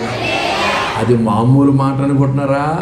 ఒక్క చూపుతో ఆయన నేను వశపరుచుకున్నాను. దేవుని బిడ్డలారా, ఈ సంఘ కన్యక యొక్క లెవెల్ ఎలా ఉంటుందో తెలుసా? రేపు పొద్దున్న ఎవరు మానవుల ఊహాలకేమి అందదు. ఇవాళ మానవ దేవుడు, మాదిగోలు దేవుడు అంటే బ్యాచ్ ఉంది చూసారా? వాళ్ళకి మెంటలు వచ్చేద్ద. దేవునికి స్తోత్రం కలుగును గాక. మన ఎడల ప్రత్యక్షపరచబడబో మహిమ ఎదుట ఇప్పటి కాలము శ్రమలు. ఆయన మన కొరకు ఏమి దాచి ఉంచాడో అవి కంటికి కనబడలేదు, చెవికి వినబడలేదు, హృదయానికి గోచరం కాలేదు. హల్లెలూయా. కొద్ది కాలం కనుక ఓపిక పట్టి ఈ విశ్వాసాన్ని కాపాడుకుని మంచి పరుగు పోరాడి పరుగు తుదముట్టించుకున్నామా, కన్ను మూసిన తర్వాత మరి తిరిగిలేని మహిమలోకి వెళ్ళిపోతాం. హల్లెలూయా. ఆ కొద్ది రోజులు కొంచెం బిగబట్టుకుని అలా బతికామా, మరి ఇక మనల్ని అందుకోవడానికి ఎవడో అందుబాటులో సమీపంలో కూడా రారు. దేవునికి స్తోత్రం కలుగును గాక. భూమి మీద దేవుని సంఘం యొక్క మహిమ అంటే అది వర్ణించడానికి సాధ్యం కాదు. దేవదూతలు తొంగి చూడండి ట్రై చేస్తుంటారట. దూతగణాలందరూ కూడా ఆశ్చర్యపోతారట. కెరూబులకి పిచ్చెక్కిపోద్దంట. అమ్మ బాబు, ఇదెక్కడరా బాబు, ఇంత ప్రేమ కలిగింది, ఇంత ప్రేమామయుడిని సంపాదించుకుందని దేవుని బిడ్డలారా బుర్ర పాడైపోద్ది. ఆ యొక్క ఈ సంఘ కన్యకకు ప్రభు అయిన యేసు క్రీస్తుకు మధ్య నడిచేటువంటి సీనే పరమగీత గ్రంథము. హల్లెలూయా. హిందువులది రామాయణము, క్రైస్తవులది ప్రేమాయణము. హల్లెలూయా. ప్రేమలో పడ్డాను నేను, ప్రేమలో పడ్డావా లేదా? ఇంకెవరన్నా పడకపోతే పడండర్రా. నేను 1984 ఆగస్టు 15వ తారీఖున పడ్డాను ప్రేమలో. హల్లెలూయా. I was a lecturer in English in Narsipur Degree College, and I was working as a lecturer in English, and got transferred to Vizag, and I was working somewhere else in Devarapalli, and on the 15th of August I was giving a speech on Independence Day, and there came a great rain and a great cyclone, and all the students left the flag and ran away, and we the staff also went somewhere, and we are hiding in a small shed, and it was raining inside also, and there came a bus. బాబు అలా వెళ్ళిపోతానండి నేను. హల్లెలూయా. నేను ముందే క్షమాపణ అడిగాను మీకు. ఒకవేళ English గురించి చెప్తే నా వైపు వరద బాధితులాగా చూడొద్దు, మళ్ళీ నేనే చెప్తాను కదా. నేను 1984 ఆగస్టు 15వ తారీఖున ఇంగ్లీష్ లెక్చరర్గా నర్సుపూడి పనిచేస్తూ ఉన్నప్పుడు దేవరపల్లి కాలేజీలో ఇండిపెండెన్స్ డే మీద మాట్లాడుతున్నాను. మా ప్రిన్సిపల్ గారు అన్నాడు, స్పీచ్ ఇవ్వమన్నాడు. చేస్తే సరిగ్గా మంచి తుఫాను వచ్చేసిందండి. పెద్ద తుఫాను వస్తే పిల్లలందరూ, స్టూడెంట్స్ అందరూ జెండా వదిలేసి ఎక్కడో పారిపోయారు. మేము కూడా స్టాఫ్ అంతా పరిగెత్తుకెళ్ళి పాకలో దూరం. ఆ పాక ఏమో కారిపోతుంది. సరిగ్గా అక్కడికి ఒక బస్సు వచ్చింది. ఆ బస్సు ఎక్కాను. ఆ బస్సు వెళ్ళి విశాఖపట్నంలో చర్చి దగ్గర ఆగింది. చర్చిలోకి వెళ్ళాను. ఆ చర్చిలో పాస్టర్ గారు వాకింగ్ చెప్తున్నాడు. ఆయన మనతో మాట్లాడుచుండగా మన హృదయములు మండుచుండలేదా అనే అంశం మీద మాట్లాడుతున్నాడు దైవజనుడు. ఆయన మనతో మాట్లాడుతుంటే మన హృదయాలు మండుచుండలేదా అని పునరుత్థానుడైనటువంటి క్రీస్తు ఆ అమ్మాయి గ్రామానికి వెళ్ళే వారితో కలిసి మాట్లాడుతున్నప్పుడు ఆ సందర్భంగా అది ఎత్తుకుని వాక్యం చెప్తుంటే నా హృదయం మండింది. దేవునికి స్తోత్రం కలుగునగా. నేను మారు మనసు పొందాను. దేవునికి స్తోత్రం కలుగునగాక. నా పాత జీవితాన్ని అంతా విడిచిపెట్టాను. దేవునికి స్తోత్రం కలుగునగాక. ఓ గొప్ప పశ్చాత్తాపడ్డాను. హల్లెలూయా. దేవునితో నిబంధన చేసుకున్నాను. దేవునికి స్తోత్రం కలుగునగా. హల్లెలూయా. మారు మనసు పొందేశానండి. ఇంక నాకు ఎలా ఉంది తెలుసా, ఒళ్ళు గాలిలో తేలిపోతున్నట్టు ఉంది. ఎలా ఉంది? గాలిలో తేలిపోతున్నట్టు ఉంది. పరమానందం వచ్చేసింది, రక్షణానందం వచ్చేసింది, పట్టణజాలనంత సంతోషం వచ్చేసింది నాకు. మా ఆవిడ ఆశ్చర్యపోతుంది, ఏంటి ఎంత హ్యాపీగా ఉంటామేంటంటుంది. దేవుడు నా పాపాలు క్షమించాడు అంటున్నాను. దేవునికి స్తోత్రం కలుగునగాక. ఏమి ఆసక్తి అండి. ఇక నేను ఎప్పుడూ ఇంగ్లీష్ పుస్తకం చదివండి. 24 hours ఏదో బుక్. మా అమ్మ చాలాసార్లు తిట్టింది కూడా నన్ను. ఒరే తినేసన్నా చదువన్నా తినని పుస్తకం నాకు వేసుకున్నాను. అలా పిచ్చిగా చదువుతుండేవాడిని. ఎప్పుడైతే యేసు ప్రభువుని నమ్ముకున్నానో, రక్షణలోకి వచ్చానో, పశ్చాత్తాపడ్డానో, మారు మనసు పొందానో, బాప్తిసం పొందానో, నాకు ఇంగ్లీష్ మీద ఉన్నటువంటి టేస్ట్ అంతా బైబిల్ మీదకి షిఫ్ట్ అయిపోయింది. ఇక అక్షరాలు కనపడే వెలుగు ఎప్పుడు వస్తే అప్పుడు బైబిల్ చదివేయడమే. దేవునికి స్తోత్రం కలుగునగా. అలాగ వెంబడేస్తున్నాను. స్పీడ్గా గ్రామర్ లెసన్స్, పోయిమ్స్, పోయిటరీ అంత మొత్తం ప్రోజు అన్నీ కూడా త్వరగా కంప్లీట్ చేసేస్తున్నాను. సిలబస్ 2 కాలేజీలో పనిచేసేవాడిని. పాలిటెక్నిక్ కాలేజీలో చేసేవాడిని, జూనియర్ కాలేజ్ చేసేవాడిని. 2 కాలేజీలో సిలబస్ కంప్లీట్ చేసి త్వరగా మిగిలిన సమయం అంతా దేవుని యొక్క సువార్తకి వెళ్ళిపోతుండేవాడిని. హల్లెలూయా. అంత ఆసక్తి వేళ నేను చాలామందిలో చూడలేదు ఈ జనరేషన్లో. ఎంత ఆసక్తిగా ఉండేవాడిని అంటే అబ్బబ్బబ్బబ్బా ఆశ్చర్యం అండి. అంత సంతోషంగా ఉండేవాడిని. ఇలాగ దేవుణ్ణి సేవిస్తుంటే నాకు ఒక రోజున స్వరం వినపడింది. My son, segregate yourself for the cause of full time evangelism అన్నాడు. నా కుమారుడా, సంపూర్ణ సేవకుని నీవు సమర్పించుకున్నాడు. ఎప్పుడైతే దేవుని స్వరం విన్నానో ఇక తట్టుకోలేక, ఆనందం తట్టుకోలేక పరిగెత్తుకెళ్ళి మా ఆవిడకి చెప్పాను, కానీ దేవుడు నాతో మాట్లాడాడు వేళ. దేవుని స్వరం విన్నాను. దేవుడి స్వరం విన్నానంటే ఏం చెప్పాడు దేవుడు అంటే, అన్నాను నీ ఉద్యోగం మాని సేవకు రమ్మన్నాడు దేవుడు అన్నాను. మా ఆవిడ అంది సేవ లేదు, జావ లేదు, మాట్లాడుకోకున్నాను. ఎంత స్పీడ్గా వెళ్ళాను అంత స్పీడ్గా వెనక్కి వచ్చేసాను. ప్రభువా మెచ్చుకుంటుంది అనుకున్నాను, ఆయన గాలి తీసేసింది ఏంటంటే. మెచ్చుకుంటుంది కాబట్టి దేవుడు మాట్లాడేటట్టు అనుకున్నాను. నేను యమా స్పీడ్కి వెళ్ళిపోయాను. ఆవిడ హెచ్ఎం కింద పనిచేస్తుంది. ఆవిడ స్కూల్ టీచరు. సేవ లేదు, జావా లేదు, మాట్లాడే వరకు ఉద్యోగం చేసుకుని మిగిలిన టైంలో సేవ చేసుకోవాలి. నేను ఇంటికి వచ్చేసాను. ప్రభువా మా ఆవిడ నువ్వు అనేసింది తండ్రి. ఆవిడతో మాట్లాడిన ఆయన, నువ్వు మాట్లాడు ప్రభు అని ప్రార్థన చేస్తుంటే దేవుడు అన్నాడు నేను మాట్లాడరా అన్నాడు. ఏ ప్రభు అన్నాను. అబ్రహాముని పిలిచినప్పుడు శారాతో చెప్పానంటే వెనకాల వెళ్ళిపోవడమే శారా అన్నాడు. నేను అన్నాను ఆ శారాలు వేరు, ఈ శారాలు వేరు నాయన, నాకెక్కడ నాకు కూడా ప్రక్క తండ్రి. ఆ రోజులు ఎక్కడ, ఈ రోజులు ఎక్కడ తండ్రి, ఆ శారం ఎక్కడ, ఈ శారం ఎక్కడ నాయన, నీకు దండం నాయన, మాట్లాడు తండ్రి అంటాను. హల్లెలూయా. ఆయనేమో మాట్లాడు. ఏమండి పిలుస్తూ ఉండేవాడు. పిలిచినప్పుడు అలా చెప్పేవాడిని మా ఆవిడతోటి. ఎంతకాలం చెప్పినా సేవ లేదు, సేవ లేదనేది. విశాఖపట్నంలో పెద్ద పెద్ద సభలు అయ్యి సభలకు వెళ్ళేవాడిని. అందరూ సభల్లో బాగానే కూర్చునేవారు. నేను ఒక గంట కూర్చోలేక లేచిపోయి స్టేజ్ వెనకాలకి వెళ్ళిపోయి అక్కడికి వెళ్ళి ఎడుతుండేవాడిని. ప్రభు నేను ఎప్పటికైనా నీ మాటకు లోపడతానా, మా ఆవిడ నన్ను నిలదీస్తుందా, నేను సేవ చేస్తానా, నీ సేవకుండా అవుతానా నాయన అని బాధపడి దుఃఖపడుతూ ఉండేవాడిని. ఇలా జరుగుతూ ఉంది. ఏమండి 3 సంవత్సరాలు అయిపోయింది. ఒక రోజు నాకు సెలవు వచ్చింది. మా ఆవిడ స్కూల్కి వెళ్ళింది. నేను మేడ మీద ప్రార్థన చేస్తున్నాను.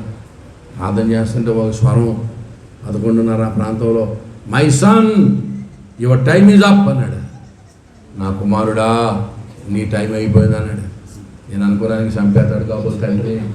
టైం ఈజ్ అప్ అంటే అర్థం ఏంటి? చంపేస్తాడు కాబోలు నాయన, నీకు దేవునికి కోపం వచ్చేసింది, నా గురించి స్మారకం పెట్టించుకుంటారు కాబోలు, నాకు ఈ ప్రదేశంలో ప్రియులారా ఈ పాటలు ఈ సమాధి పెట్టి అన్ని జ్ఞాపకం చేతనే. ఆ టైం ఈజ్ అప్ అంటే ఏంటి? చెవట్లెక్కిపోవా?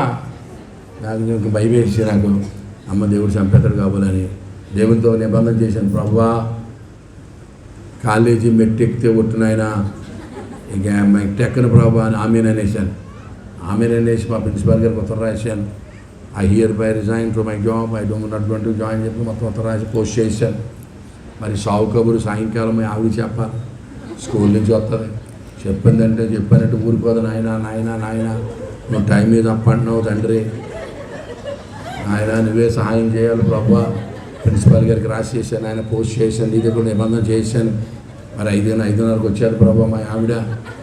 ఆయన ఎలా చెప్పాలి తండ్రి అంటే దేవుడు నాకు ఒక ఆలోచన ఇచ్చాడు. ఈ న్యూస్ ఎలా చెప్పాలి, వార్త చెప్పాలి కదా. మరి మా ఆవిడకి ప్లమ్ కేక్ అంటే ఎక్కువ ఇష్టమని, ప్లమ్ కేక్ ఎక్కువ తింటుందని ఇష్టపడి బజార్కి వెళ్ళి 3 కేజీల కేక్ కొనుక్కొచ్చేసాను. నిజం, బజార్కి వెళ్ళి 3 కేజీల కేక్ కొనుక్కొచ్చేసి టేబుల్ మీద పెట్టి డెకరేషన్ చేశాను. లోపలికి రాగానే కేకే కనపడాలి అలా తయారు చేశాను. తయారు చేసి మోకరించి ప్రార్థన చేస్తున్నాను. ప్రభువా నాయన మరి ఈ వార్త చెప్పాలి తండ్రి, నువ్వు సాయం చేయాలి నాయన. చాలా పాపం ఎక్కువ కృష్ణా జిల్లా ఓటు నాయన, మంచిదే నాయన. కృష్ణా జిల్లా వాళ్ళు పాపం ఎక్కువ ఎవరున్నారండి ఇక్కడ? హల్లెలూయా, పాపం ఎక్కువ తండ్రి సహాయం చేయను ఆయన అంటే లోపు టిక్కు వచ్చేస్తుంది తండ్రి ఆమెనాడు. అంతే దేవునితో వచ్చేస్తుంది తండ్రి ఆమెననేసి వెళ్ళిపోయాను. వెళ్ళిపోయాను మా ఆవిడకి.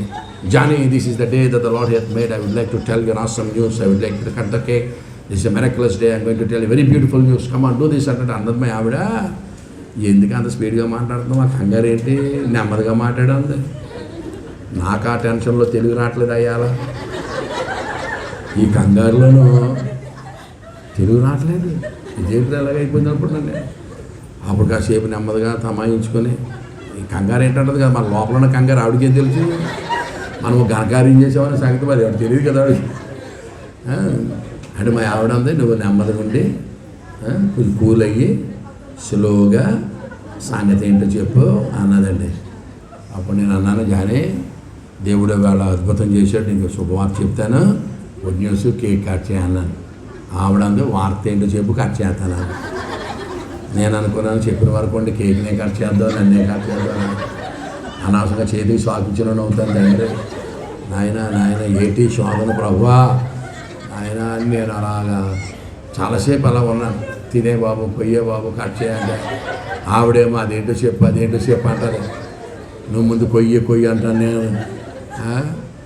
ఇలాగ ఒక 20 నిమిషాలు 30 నిమిషాలు ఉంది. ఆవిడ ఇంకా బ్యాగ్ భుజాన్ ఉంది. ఇంకా అప్పుడు నేను ఇంక ధైర్యం చేసి ఇంక నిండా మురుగునోడికి సరే నాయన అని ధైర్యం చేసి, కానీ ఈవేళ నేను ఒక అద్భుతం జరిగింది, దేవుని సేవకు సమర్పించుకొని కాలేజీ రిజైన్ చేశాను. అంతే డబ్బానికి కింద పడిపోయింది. లేదా పడిపోద్ది అనుకోలేదు నేను. భుజాన్ని ఉంది, కింద పడిపోయింది. కళ్ళు తిరిగి పడిపోయింది. ఇంకేం చేయను, ముఖం మీద నీళ్లు కొట్టి మంచం మీద పడుకోబెట్టి, ఇంక ఈ సీన్లో ఉండకూడదు నాయన, ఏం జరిగితే జరిగింది, నువ్వు రమ్మన్నావు, నేను వచ్చాను తండ్రి, మరి వెళ్ళిపోతానని చెప్పి బైబిల్ పెట్టుకుని ఇంట్లోంచి బయటకు వచ్చేసాను. వచ్చేసి మాది సంఘం ఒక ప్రేయర్ సెల్ అవుతుంది బుధవారం, అక్కడికి వెళ్ళాను. సాక్ష్యం చెప్పాను. ప్రియులారా, మీకు అందరూ తెలుసు, దేవుని పిలుపొందినా కానీ ప్రవచనాలు ఉన్నాయి, దర్శనాలు ఉన్నాయి. దేవుని యొక్క సేవ పిలుపొంది చాలా సంవత్సరాలు చాలైపోయాను. ఈవేళ ఒక అద్భుతం జరిగిపోయింది. నేను దేవుని సేవకు సమర్పించుకున్నానని సాక్ష్యం చెప్పాను. అలా ఎప్పుడైతే సమర్పించుకున్నాను అన్నానో, మా వాళ్ళు పెద్దకొస్తాడు ఒకేసారి హల్లెలూయా హల్లెలూయా హల్లెలూయా అని గోలెత్తేస్తున్నారు. నేను అన్నాను, హల్లెలూయా ఆపటరా, అమ్మగారు అడిపోయిన ఇంటి దగ్గర మీకు దాన్ని పెడతాను, మరి బాబా ప్రార్థన చేయండి రా బాబా, హల్లెలూయా ఆపటరా, కాసేపు ప్రార్థన చేయండి రా నాయన. అమ్మగారు కళ్ళు తిరిగి పడిపోయింది. నేను ముఖం మీద నీళ్ళు కొట్టి మంచం మీద పడుకోబెట్టి వచ్చేసాను. అంటే ఇంకో గంట సేపు గట్టిగా అంగలార్చి ప్రార్థన చేశారు.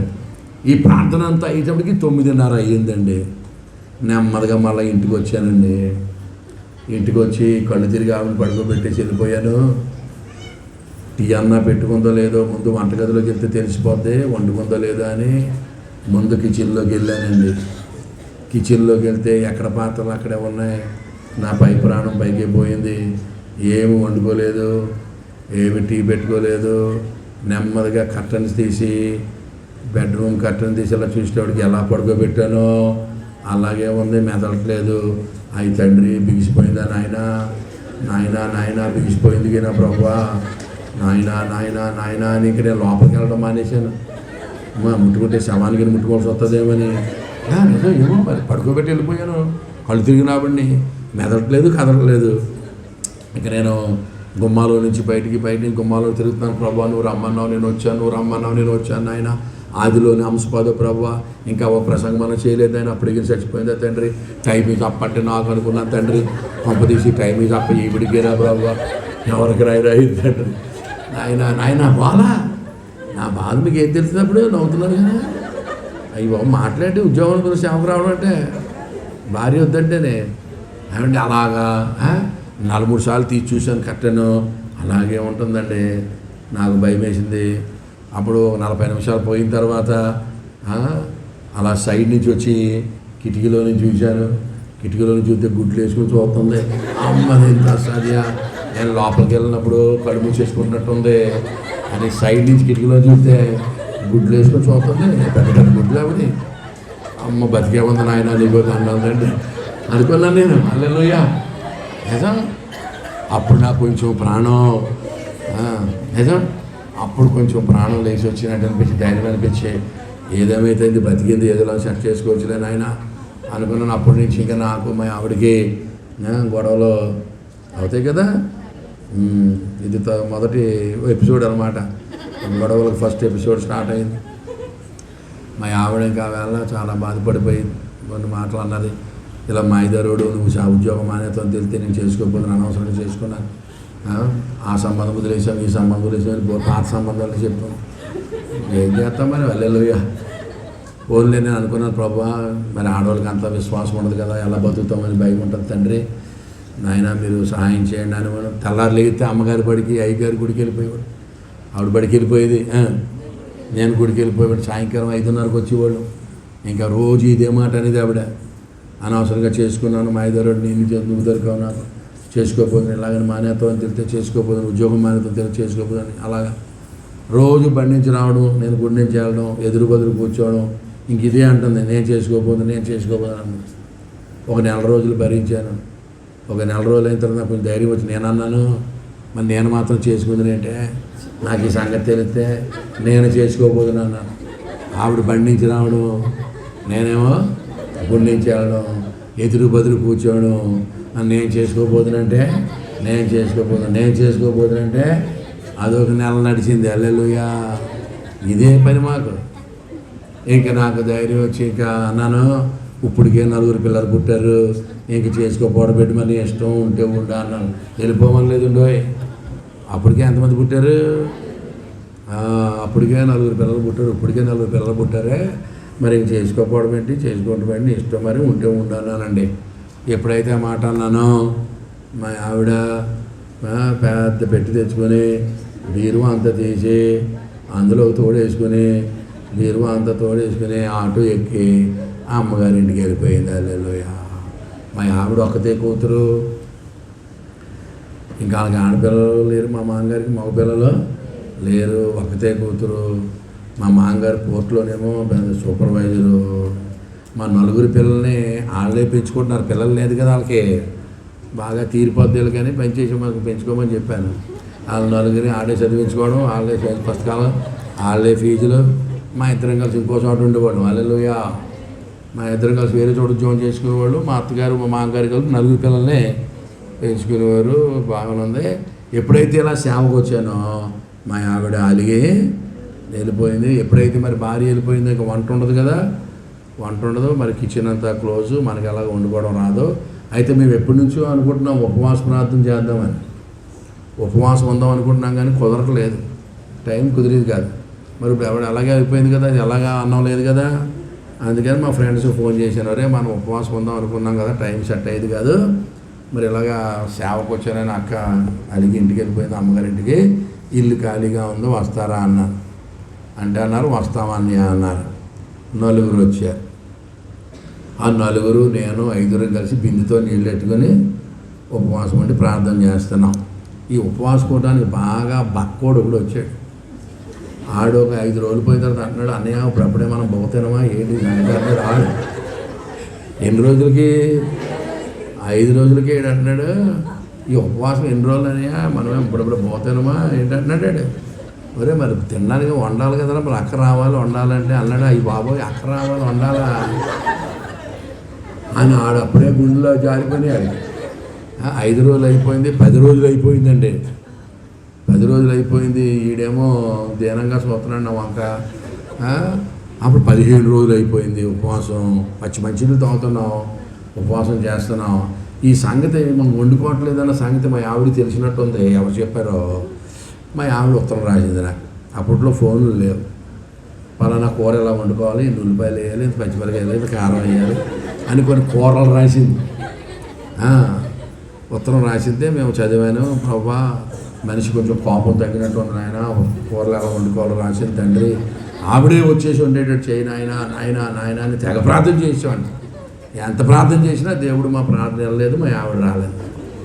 20 రోజులు అయిపోయింది. ఈడు కడవరి గడిలో ఉన్నాడు. ఇప్పటికి ఈ టయానికి వీడి బొగ్గలన్నీ పోయి లోపలికి కళ్ళు పళ్ళే కనపడుతున్నాయి. వీడికి ఆమె తెల్ల ఉంటాడాడు. బొగ్గలన్నీ లోపలికి వెళ్ళిపోయి ఇటు కళ్ళు పళ్ళే కనపడి బల్లి అంటుకుపోయి గోడకి, ఆ గోడకి అంటుకుపోయాడు. అంటుకుపోయి స్తోత్రం స్తోత్రం స్తోత్రం స్తోత్రం అంటున్నాడు తప్ప. ఎన్ని రోజులు అయిపోయేటప్పటికి నేను అనుకున్నాను, బాబోయ్ ప్రభా టైం ఈజ్ అప్ అంటే నాకు అనుకున్నాను, నేను బతికేసాను. మా ఆవిడకి అనుకున్నాను, ఆవిడ బతికేసి టైం ఈజ్ అప్ ఎవరికైనా పంపించి ఈడికినా నాయన ఈడికి మోసేవలసి వస్తుందా తండ్రి అని వీడి కోసం దాన్ని ప్రార్థన చేసేసి వాడు. 20 రోజులు అయిపోయింది. ఎన్ని రోజులు అయిపోయింది? 20 రోజులు అయిపోయింది. ఆడు ఇదే కడవర చూపు అన్నట్టు చూసేవాడిన వంక. నేను దేవుడి దగ్గర ప్రార్థన చేసేవాడిని. మరి మా ఆవిడ వచ్చేది కాదు, మనకేమో వండుకోవడం రాదు, దేవుడేమో ఉపవాసం ముగించమండో. 27 రోజులు అయిపోయిందండి. ఎన్ని రోజులు? ఇంకేడు వదిలేస్తాడు ఊపిరి. ఇంకదే ఆఖరి ఊపిరిలా ఉంది. 27 రోజులు అయిపోతే అప్పుడు స్వరం వినపడుతున్నాము రాత్రి, my son I will take you to the ends of the earth. నా కుమారుడా నిన్ను భూదిగంతాలు తీసుకుని వెళ్తాను, ఉపవాసం ముగించమన్నాడండి. దేవునికి స్తోత్రం. I will take you to the ends of the earth, భూదిగంతాలు తీసుకుని వెళ్తాను, ఉపవాసం ముగించమన్నాడండి. ఎప్పుడైతే దేవుని దగ్గర నుంచి ఆ స్వరం వచ్చిందో మాట విన్నామో ఉపవాసం ముగించాం. నెమ్మదిగా ఏదోలా అని ఎప్పుడు జావ కాసుకొని తిన్నాం. ఈడికే పెట్టించేసి వాళ్ళు లోటాలు పడి తాగేసేవాడు. ఈడు గడగడ తాగేసేవాడు. అల్లెలుగా మొత్తం అందరం మానేసి ఈడికే పెట్టించేసేవాడు. వీడికి అలా మొత్తం మీద 10 రోజులు, వారం 10 రోజులు అలాగే ఎప్పుడు జామ తినేసి అలా కొంచెం తేరుకున్నాక మొట్టమొదటిసారి బైబిల్ పట్టుకుని దిగామండి సేవకి. మా మేడ మీద నుంచి నేనేమో సుమారు చెప్పుకోండి, మా ఫ్రెండ్స్ అందరూ కూడా పాటలు పాడి ఆరాధన చేసేవారు. ఎవరికన్నా చేయించి ప్రార్థన చేసినా, నాకు ఎవరన్నా తగిలినా, నేను ఎవరికన్నా తగిలినా వాళ్ళు ఎలా ఉండేదంటే పేక్ కోసును కోడి కొట్టుకుని చూడండి అలా కిందడిపోయి గిలగిల కొట్టేసుకునేవారు. అది మాకు కొత్త, ఇంటి బాబు ఇలా తన్నేసుకుంటాడు అనుకునేవాళ్ళు. మాకు సేవకు వచ్చిన కొత్త కదా. ఆడు కాళ్ళు గీళ్ళు తన్నేసుకుని గిలగిలకి కొట్టేసుకుంటుంటే ఇది పెద్ద దైవజనులు చూసి అమ్మో ఇతని మీద ఏదో అభిషేకం ఉన్నట్టుందని గ్రహించాలో నన్ను మీటింగ్లు పిలిచేవారు. మీటింగ్లు పిలిచి పేపర్ వేసేవారు. పేపర్ వేస్తారు కదా, ప్రింట్ చేస్తారు కదా, స్పీకర్ స్టీవెన్ అని వేసేవారు. ఈ కాగితం ఎవడట్టుకెళ్ళి ఇచ్చేవాడో మా ఆవిడకి ఇచ్చేవారట. మీ ఆయన ఉద్యోగం అనేసి ఏం చేస్తాడో చూడు, స్పీకర్ అంట. ఏంటంటే నేను స్పీకర్ అంట అని కాగితాలు ఇస్తే మా ఆవిడ ఆ కాగితం పట్టుకొని ఈడే మాత్రం స్పీకర్ చూద్దామని ఆ మీటింగులకు వచ్చేసేదండి. వచ్చేసి బాగా వెనకాల ముసుగేసేసుకొని కూర్చుని, అంటే నేను ఎక్కడ చూసేస్తాను అని. అంటే నన్ను ఆవిడ చూడొచ్చు కానీ నేను ఆవిడని చూడకూడదని మొత్తం ముసుగేసేసుకొని నా తంతు ఏంటో చూద్దామని. ఏంటి స్పీకర్ ఏంటి, వ్యవహారం ఏంటి, ఉద్యోగం మానేయడం ఏంటి, గవర్నమెంట్ ఉద్యోగం మానేయడం ఏంటి అని చెప్పి ఆవిడ వచ్చేసేదండి. నేను వాకింగ్ చెప్తూ ఇలా చూస్తే ముక్కు మా ఆవిడ ముక్కులా ఉంది అనుకున్నాడు. ముక్కేట అదే వచ్చేసింది. అయ్యి బాబు ఇది వచ్చేసిందని నేను రెచ్చిపోయి ఉండండి. ఆవిడ మీద కోపంతో పాపం ఈ పిలిచిన పాస్టర్ గారికి తెలిసింది ఇప్పుడు దా బాగున్నాడు ఇలా ఫైర్ అయిపోతుంటే అనుకుని రాళ్ళు మనం సడన్గా రేజ్ అయిపోతే ఎలా ఉంటుంది. ఆవిడ మీద కోపంతో నేను జమ్మని రేజ్ అయిపోతుంటే ఈ పాస్టర్ గారికి అర్థమైంది కాదు ఇప్పుడు దా బాగున్నాడు ఇలా అయిపోతుంది రేజ్ అయిపోతున్నాడు. అదంతా ఆవిడ మహిమ. ఈ కేకలేసి ప్రసంగం చేస్తే దేవుని ఆత్మ కొమ్మరింపు జరిగిపోయింది, పరిశుద్ధాత్మ కొమ్మరింపు జరిగిపోతే జనాలు ఆత్మ పొందుకొని భాషలు మాట్లాడుతూ రొమ్ము కొట్టుకుంటూ గుండెలు బాదుకుంటూ పశ్చాత్తాపడి దొరిలేస్తుండేవారు. అంతే దొరిలేయడమేనండి. మీరు నమ్మండి, 7 పాపడానికి గంటలు పట్టింది. 7 పాపడానికి. ఓసారి కాకినాడ విజయ్ కుమార్ గారు చెప్పారంటే ఎవరో విశాఖపట్నం నుంచి ఒక కుర్రోడు వస్తున్నాడండి, ఆడు వాకింగ్ చెప్తే కింద దొరిలేస్తున్నారు యూత్, 7 పాపలేకపోతామంటే విజయ్ కుమార్ గారు అన్నారంట ఈ కుర్రోళ్ళు ఎందుకు ఎడతారా యూత్ ఎక్కడ ఎడతారు ఏంటంటే ఆయన ఒకసారి చూడడానికి వచ్చాడు, ఆయన వచ్చేటికి దొరిలేస్తున్నారు జనాలు, తెగ దొరిలేస్తున్నారు ఏడుపు. ఇది మా ఆవిడ చూసిందండి. చూసి మా ఆవిడకి అర్థమైపోయింది, అమ్మో ఈ ఏడుపులు ఏంటి పెడబొబ్బులు ఏంటి పశ్చాత్తాపం ఏంటి, నిజంగానే దేవుని సేవకుల్లాగా ఉన్నాడు. పరిశుద్ధాత్మ పని చేయకపోతే ఈ కార్యాలు జరగవు. నేను ఈయన గడ్డెళ్ళానంటే దేవుని గడ్డెళ్ళినట్టు అనమాట.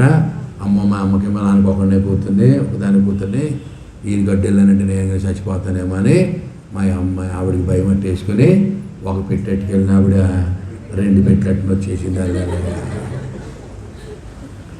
2 పట్టును వచ్చేసాను. ఏమన్నా తెలుసా, నువ్వు నిశ్చయముగా దేవుని సేవకుడిగా నాకు అర్థమైపోయింది, ఇంక నీకు అభ్యంతరము లేదు, నీ మీద ప్రత్యేకమైన పిలుపు అభిషేకం ఉంది, నీకు దేవుని సేవ ఉంది, ఇది నిజమే, ఇంక నీకు ఫుల్ కోఆపరేషను, నువ్వు ఎక్కడికైనా దేవుని సేవకి సంపూర్ణంగా చేసుకొని ఒక పెట్టెట్టుకెళ్ళిన ఆవిడ ఏం చేసింది, 2 పెట్టెట్టు వచ్చేసింది.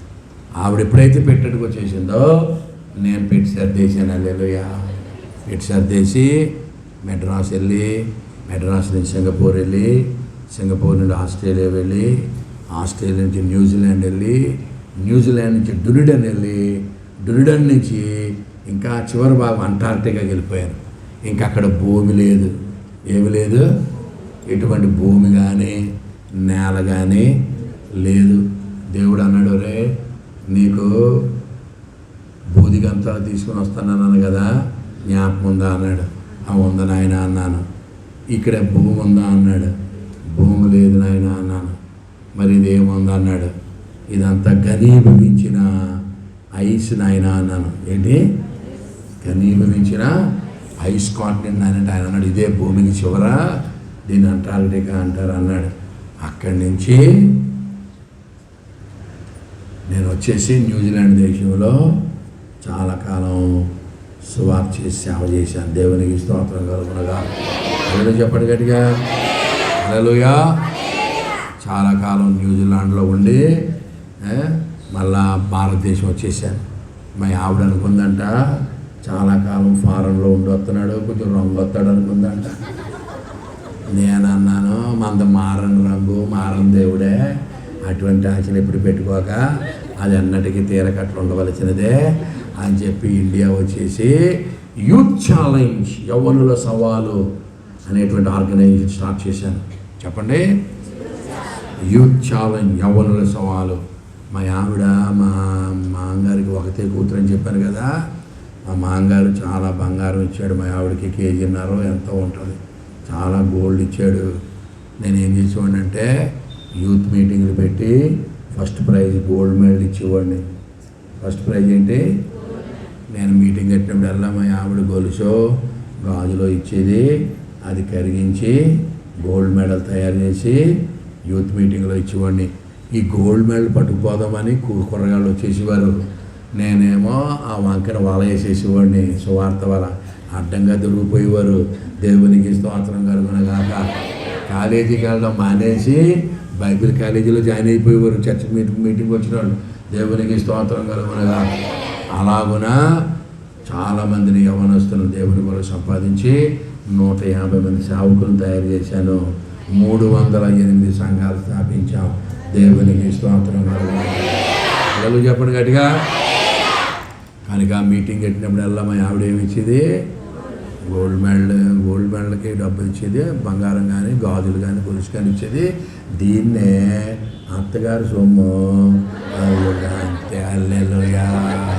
దేవునికి స్తోత్రం కలుగునగాక. అత్తగారి సొమ్ము నేను అన్యులకి దారిపోసానా?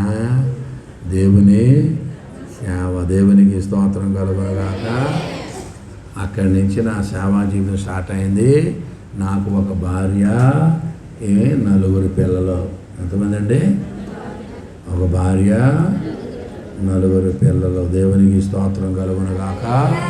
నాకు మొట్టమొదట పాప పుట్టింది, అమ్మాయి.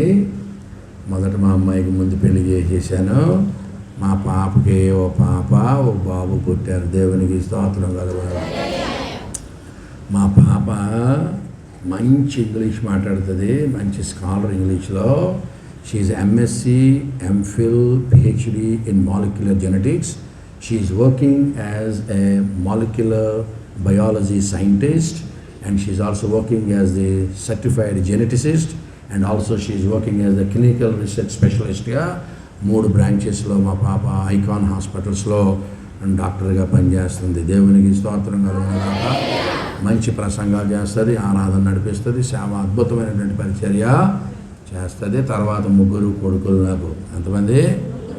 3 కొడుకులకి ఒకే రోజున పెళ్లి చేసేసాను. హల్లెలూయా. ఆషాఢ మాసంలో, అమావాస్యలో, ఏమండి, పుష్కరాల్లో 3కి ఒకే రోజు చేసేసారు. ఈ వింతేంటో చూద్దామని పెళ్ళికి పిలవనోడు కూడా వచ్చేసారు. ఎవరో పాస్టర్ గారంట పుష్కరాల్లో, ఎవరు పెళ్ళి చేయరంట, పుష్కరాల్లో పెళ్లి చేయకూడదట. ఆషాఢ మాసంలో, అమావాస్యలో, పైగా 3 కొడుకులకి.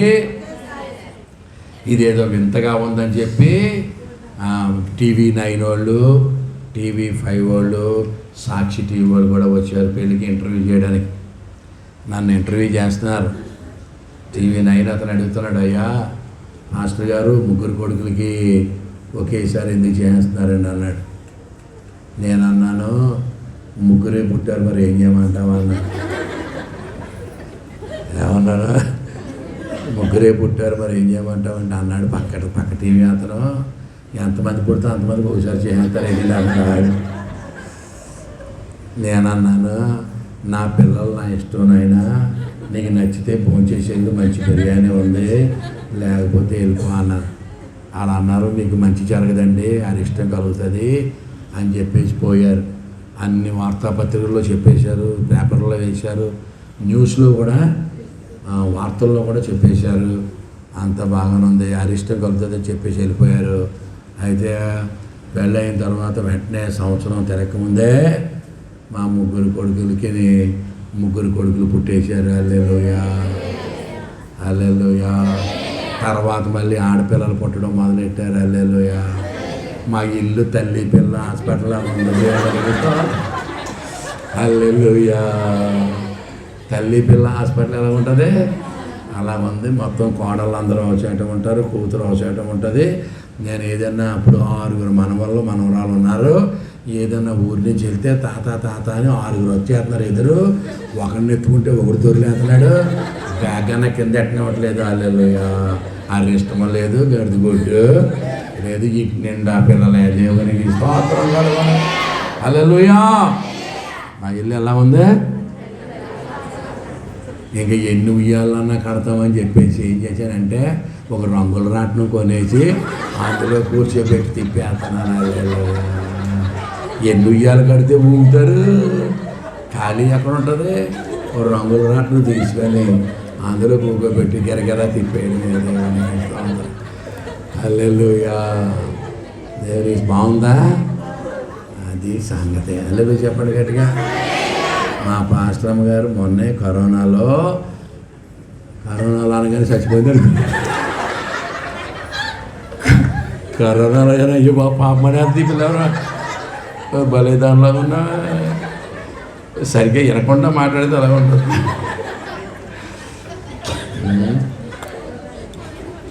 నిజంగా హల్లెలూయా.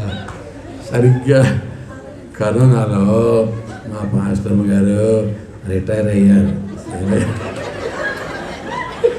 ఏమయ్యారు?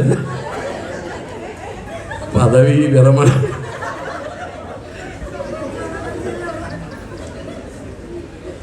హల్లెలూయా. అది కరోనాలో అని చెప్పి ఆగితే ఎలా ఉంటుంది మరి?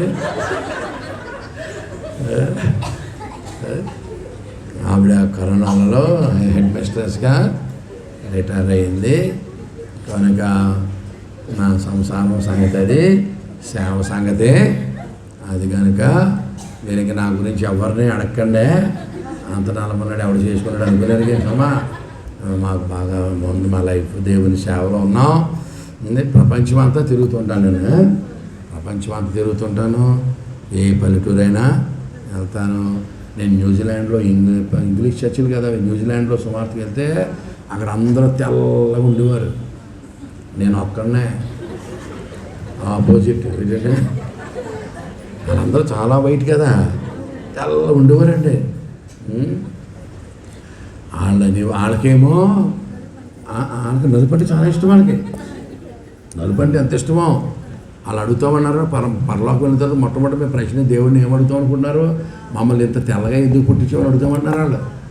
ఓరు పనికి మనలో అనుకున్నాను నేను. వాళ్ళేమో నలుపు అంటే వాళ్ళకి ఇష్టం. వాళ్ళ పాపం నలుపు అవుదామని మట్టి రాసుకుని ఎండలో ఉండేవారు గంటలు గంటలు. నేనేమో తెలుపు అవుదామని కనపడి క్రీమెల్లో రాసేసి వాళ్ళేమో నలుపు అయ్యేవారు కాదు, నేనేమో హల్లెలూయా. నేను అప్పుడు అలా అనేవారు, hey you black man, you came from the third world country, you came from very poor nation, you came from India, you know English man, can you speak in English man అనేవారు వాళ్ళు. ఒరే నువ్వు అంతనాలుగా ఉన్నావు, India నుంచి వచ్చావు, మాకు చెప్పడానికి వచ్చావా, నీకు ఇంగ్లీష్ వచ్చా అనేవారు. నేను మనసులో అనుకునేవాడిని, ప్రభువా వీడు ఎక్కువ వాగుతున్నాడు, మైక్రోఫోన్ ఇచ్చి దాకా ఉంచిన ఆయన అనేవాడిని అనుకుని మనసులో. తర్వాత నేను మైక్రోఫోన్ ఇచ్చి ఇంగ్లీష్ మాట్లాడుతుంటే according to Byron, according to Milton, according to Chesterton, according to Keats అని లిటరేచర్లోంచి బైబిల్లో లిటరేచర్ త్వరలో నోరావులు చేసి, అయ్యి బాబు ఇదేమి ఇంగ్లీష్, నీకు ఎంత ఇంగ్లీష్ ఎక్కడ వచ్చిందో మాకే అర్థం అవ్వట్లేదు అన్నారు. అప్పుడు అన్నాను, ఇది ఇప్పుడు కాదురా, చిన్నప్పటి నుంచి నేను తప్పలో చెప్పి నేర్చుకున్నాను, నోరు మూసుకున్నాను. అదవల్ల నేను చిన్నప్పటి నుంచే ఇంగ్లీష్ అంటే పిచ్చ మీద పొలంలోకి వెళ్ళిపోయి తొప్పలు చెప్పేసేవాడిని. ఇంగ్లీష్ బెత్తం తీసుకొని కొట్టేసేవాడిని తొప్పలని, హోంవర్క్ ఇచ్చేవాళ్ళినట్లుగా అవి చేతాయా. ఎప్పుడైనా పెద్ద అయిన తర్వాత ఇంగ్లీష్ మాట్లాడాలని ముందే ట్రైల్ వేసుకునేవాడు. తర్వాత అలాగే ఇంగ్లీష్లో ట్రై చేశాను. దేవుడు అలాగే నన్ను నడిపించాడు. దేవునికి స్తోత్రం కలుగును గాక. హల్లెలూయా. ఎంతకీ మనం వాక్యంలోకి వెళ్ళామా? మరి అదే చెప్పాను నేను ముందే మీ మనసులకు పునాది వేసాను. హల్లెలూయా. వెళ్తాను రేపు సాయంకాలానికి. కానీ ఇప్పుడు నేను చెప్పిన పాయింట్లో ఏదైనా వేస్ట్ పాయింట్ ఉందా? తీసేయడానికి ఏదన్నా ఉందా? సోది చెప్తున్నాడు అన్న ఏమైనా ఉందా? అలా చెప్తే మీరు ఎంతసేపు కూర్చుంటారా? హల్లెలూయా. దేవునికి స్తోత్రం. అది సాక్ష్య జీవితం. ఏమిటండి సాక్ష్యం? ఒక వ్యక్తి దేవుని సేవకు రావడం అంటే ఉద్యోగం వదిలి ఎంత సమర్పణ ఉండాలి. నా ఫ్రెండ్ మొన్నే రిటైర్ అయ్యాడు 3 years బ్యాక్ నాతో పాటు ఇంగ్లీష్ లెక్చరర్గా మచిలీపట్నం కాలేజీలో. ఆడికి 1,70,000 ఎంతో దాంట్లో రిటైర్ అయ్యాడు. కానీ మనం ఏం చేసాం, మొదట్లోనే వదిలేసాం. దేవుడు అన్నాడు, నీకు ఏదైనా లోటు వస్తే నన్ను అడిగన్నాడు. నాతో పాటు ఉద్యోగం చేసుకున్న వాళ్ళందరికంటే నాకు దేవుడు ఎక్కువ ఇచ్చాడు. దేవునికి స్తోత్రం కలుగునుగా. చెప్పండి రా. హల్లెలూయా, హల్లెలూయా. దేవునికి ఇచ్చి నష్టపోయేవాళ్ళు ఉండరు. చెడిపోయేవాడు ఎవడన్నా ఉంటే ఇవ్వకే చెడిపోతాడు తప్ప ఇచ్చి చెడిపోయినాడు భూమి మీద కనబడ్డ. దేవునికి స్తోత్రం కలుగునుగా. హల్లెలూయా. నడుము కీసమంటుందా? ఎంత అయింది?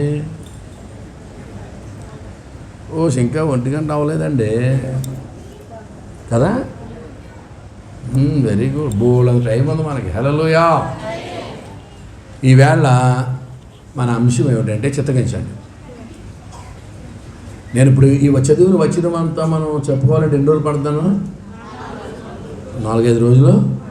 కనుక మనకి ఎక్కువ టైం లేదు. కనుక ఈవేళ ధ్యానాంశముగా ఒక చిన్న మొక్క చెప్తున్నాను, చిత్తగించండి. చంద్రబింబమంత అందము గలదై ఉందా అందులోను? అందరు చెప్పండి మాట. చంద్రబింబమంతా అందము కలదై. అందరూ పలకాలి. చంద్రబింబమంతా అందము కలదై.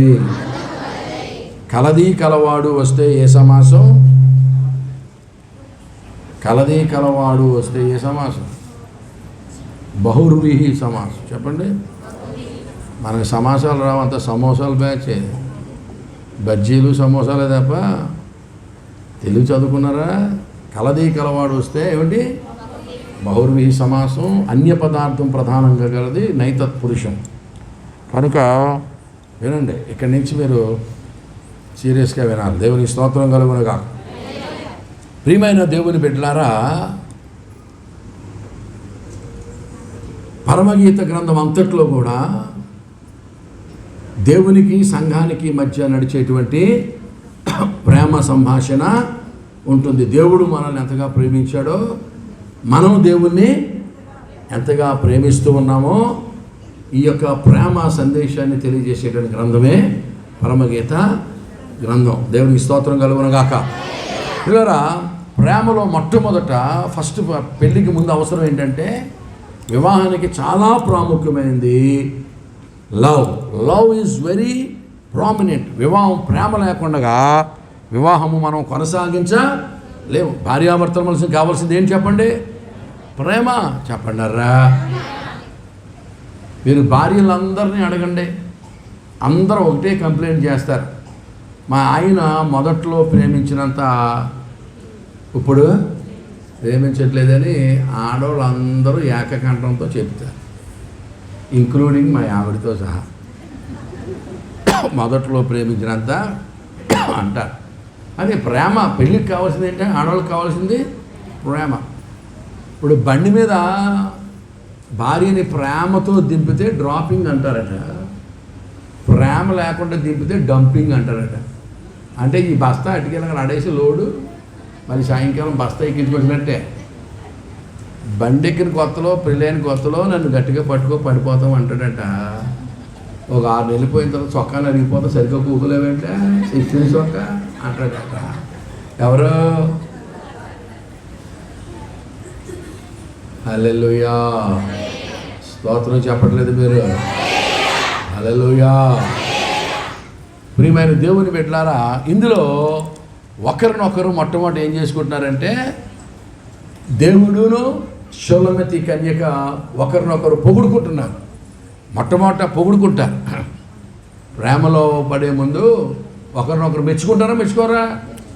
మెచ్చుకుంటారు. నువ్వు బాగుంటావంటే బాగుంటావు అన్నారు, మెచ్చుకుంటారు. అలాగన దేవుడు మనల్ని పొగుడుతున్నాడు. చంద్రబింబమంతా అందము గలదాన. అందంగా ఉన్న ఆడోళ్ళ ముఖాన్ని దేంతో పోలుస్తారు? చంద్రముఖి. అదో సీరియల్. చంద్రముఖి అంటే నీ ముఖం చంద్రబింబంలాగా. ఆడోళ్ళని అంటారు అలాగా, అందంగా ఉన్న వాళ్ళని ఆడోళ్ళని చంద్రముఖి అంటారు. అలాగే దేవుడు కూడా దేవుని సంఘాన్ని పొగుడుతూ చంద్రబింబమంతా అందము గలదానా అని మొదలుపెట్టాడు. పిల్లరా, ఆ పెళ్లి కూతురు కూడా అంటే ఈ సంఘ కన్య కూడా అన్నది, నోటి ముద్దులతో అతడు నన్ను ముద్దు పెట్టుకును గాక, నీ ప్రేమ ద్రాక్షారసము కన్నా మధురము, నీ పేరు పోయబడిన పరిమళ తైలముతో సమానం అని చెప్పి ఒకరినొకరు ఏం చేసుకుంటున్నారు? పొగడుకుంటున్నారు. దేవునికి స్తోత్రం కలుగును గాక. కనుక భర్తలు ఎప్పుడు కూడా, మగవాళ్ళ పని ఏంటంటే దేవుడు చెప్పెట్టింది మగవాళ్ళకి, ఆడవాళ్ళని భార్యలను ఎప్పుడు కూడా పొగుడుతూ ఉండాలి. మగవాళ్ళ పని ఏమో పొగడం, ఆడవాళ్ళ పని ఏమో మొల చెట్టు ఎక్కి పడిపోవడం. అక్కడి నుంచి హల్లెలూయా. ఇది ఎక్కడుంది? భూమి పుట్టినప్పటి నుంచి. నవంక సీరియస్గా చూడకండి మరి. ఇది భూమి పుట్టినప్పటి నుంచి ఉంది. మగవాళ్ళ పని ఏంటి? పొగడ్డం. ఆడవాళ్ళు మొల చెట్టు ఎక్కడం, అక్కడి నుంచి దబ్బిన పడిపోవడం. నేను సరే పెళ్లి చేస్తున్నాను చర్చిలో కాదు, హోటల్లో పెళ్లి చేస్తున్నాను విశాఖపట్నంలో. పెళ్లి చేస్తూ ప్రసంగంలో అన్నాను పెళ్లి కుమారుతోటి, నాయన అప్పుడప్పుడు నువ్వు పొగుడుతూ ఉండాలి, భార్యని పొగుడుతూ ఉండాలంటాడు అన్నాడు. నాకు అటువంటి పొగడ్తలు రావండి అంటాడు పెళ్ళికొడికే. నేను అన్నాను, పొగడ్తలు రాతో పని చేయవయ్యా, బాగా తయారైనప్పుడు మీ ఆవిడ పేరు రేఖ కదా, రేఖ నువ్వు కేక అని సరిపోతాను. దాని పెద్ద కవిత్వం ఏమి అక్కర్లేదు. రేఖ కేక అంటే సరిపోద్ది అబ్బాయి. దేవునికి స్తోత్రం కలుగునగా. హల్లెలూయా. మన దేశంలో పెళ్ళి అయిన తర్వాత పొగడరు, పెళ్ళికి ముందు పొగుడుతారు. అమెరికాలో అలా కాదు, పెళ్ళి అయిన తర్వాత పొగుడుతారు. వాళ్ళకి మనకి తేడా. మనవాళ్ళు పెళ్ళి అవ్వకముందు నువ్వంటే పడి సత్తానట చేసుకున్నా పడేస్తాను వేస్తున్నారు కదా. ఎన్ని కేసులు రావట్లేదు? పెళ్ళి అవునంతసేపు ఏమంటాడా? నువ్వంటే పడి అంటే నిజమే కాబోలనుకుంటుంది ఆవిడ. తర్వాత పడేస్తాను వేస్తున్నారు. మా రోజుల్లో అలా కాదండి. ఒక అమ్మాయిని ఐ లవ్ యూ అని చెప్పాలంటే ఎంత కష్టం తెలుసా? ముందు గోదావరి గట్టు ఉంది, గట్టు మీద చెట్టు ఉంది, చెట్టు కొమ్మన పెట్ట ఉంది. పెట్ట మనసులో ఏముందంటే 6 నెలలు అట్టిది వెనకాల తిరగలేక చచ్చిపోరు సైకిల్ వేసి. నిజమండి, మా రోజుల్లో డైరెక్ట్ ఐ లవ్ యూ అంటే గొప్ప వెళ్ళిపోయింది. అలాగే ఎవరు అన్నారు? మొట్టమొదటంతా గోదావరి గట్టు నెల అంతా, తర్వాత గట్టు మీద చెట్టు అదో నెల, అది చెట్టుకో కొమ్మ అదో నెల, కొమ్మ మీద పెట్ట అదొక నెల. ఆ పెట్ట మనసులోకి ఎంటర్ అయ్యేటికి ఎన్ని నెలలు అట్టిది? 6 నెలలు అట్టిది. ఇప్పుడు అలా కాదు, ప్రేమిస్తాం లేకపోతే యాసిడ్ వేసేమంటాం మొఖం. 7 పాన్పుల క్రింద ఒక్క శిరోజరమున్న ఒత్తురయ్య మా బాలరకు. పరుపు మీద పరుపు 7 పరుపులు వేసి పడుకుందంట.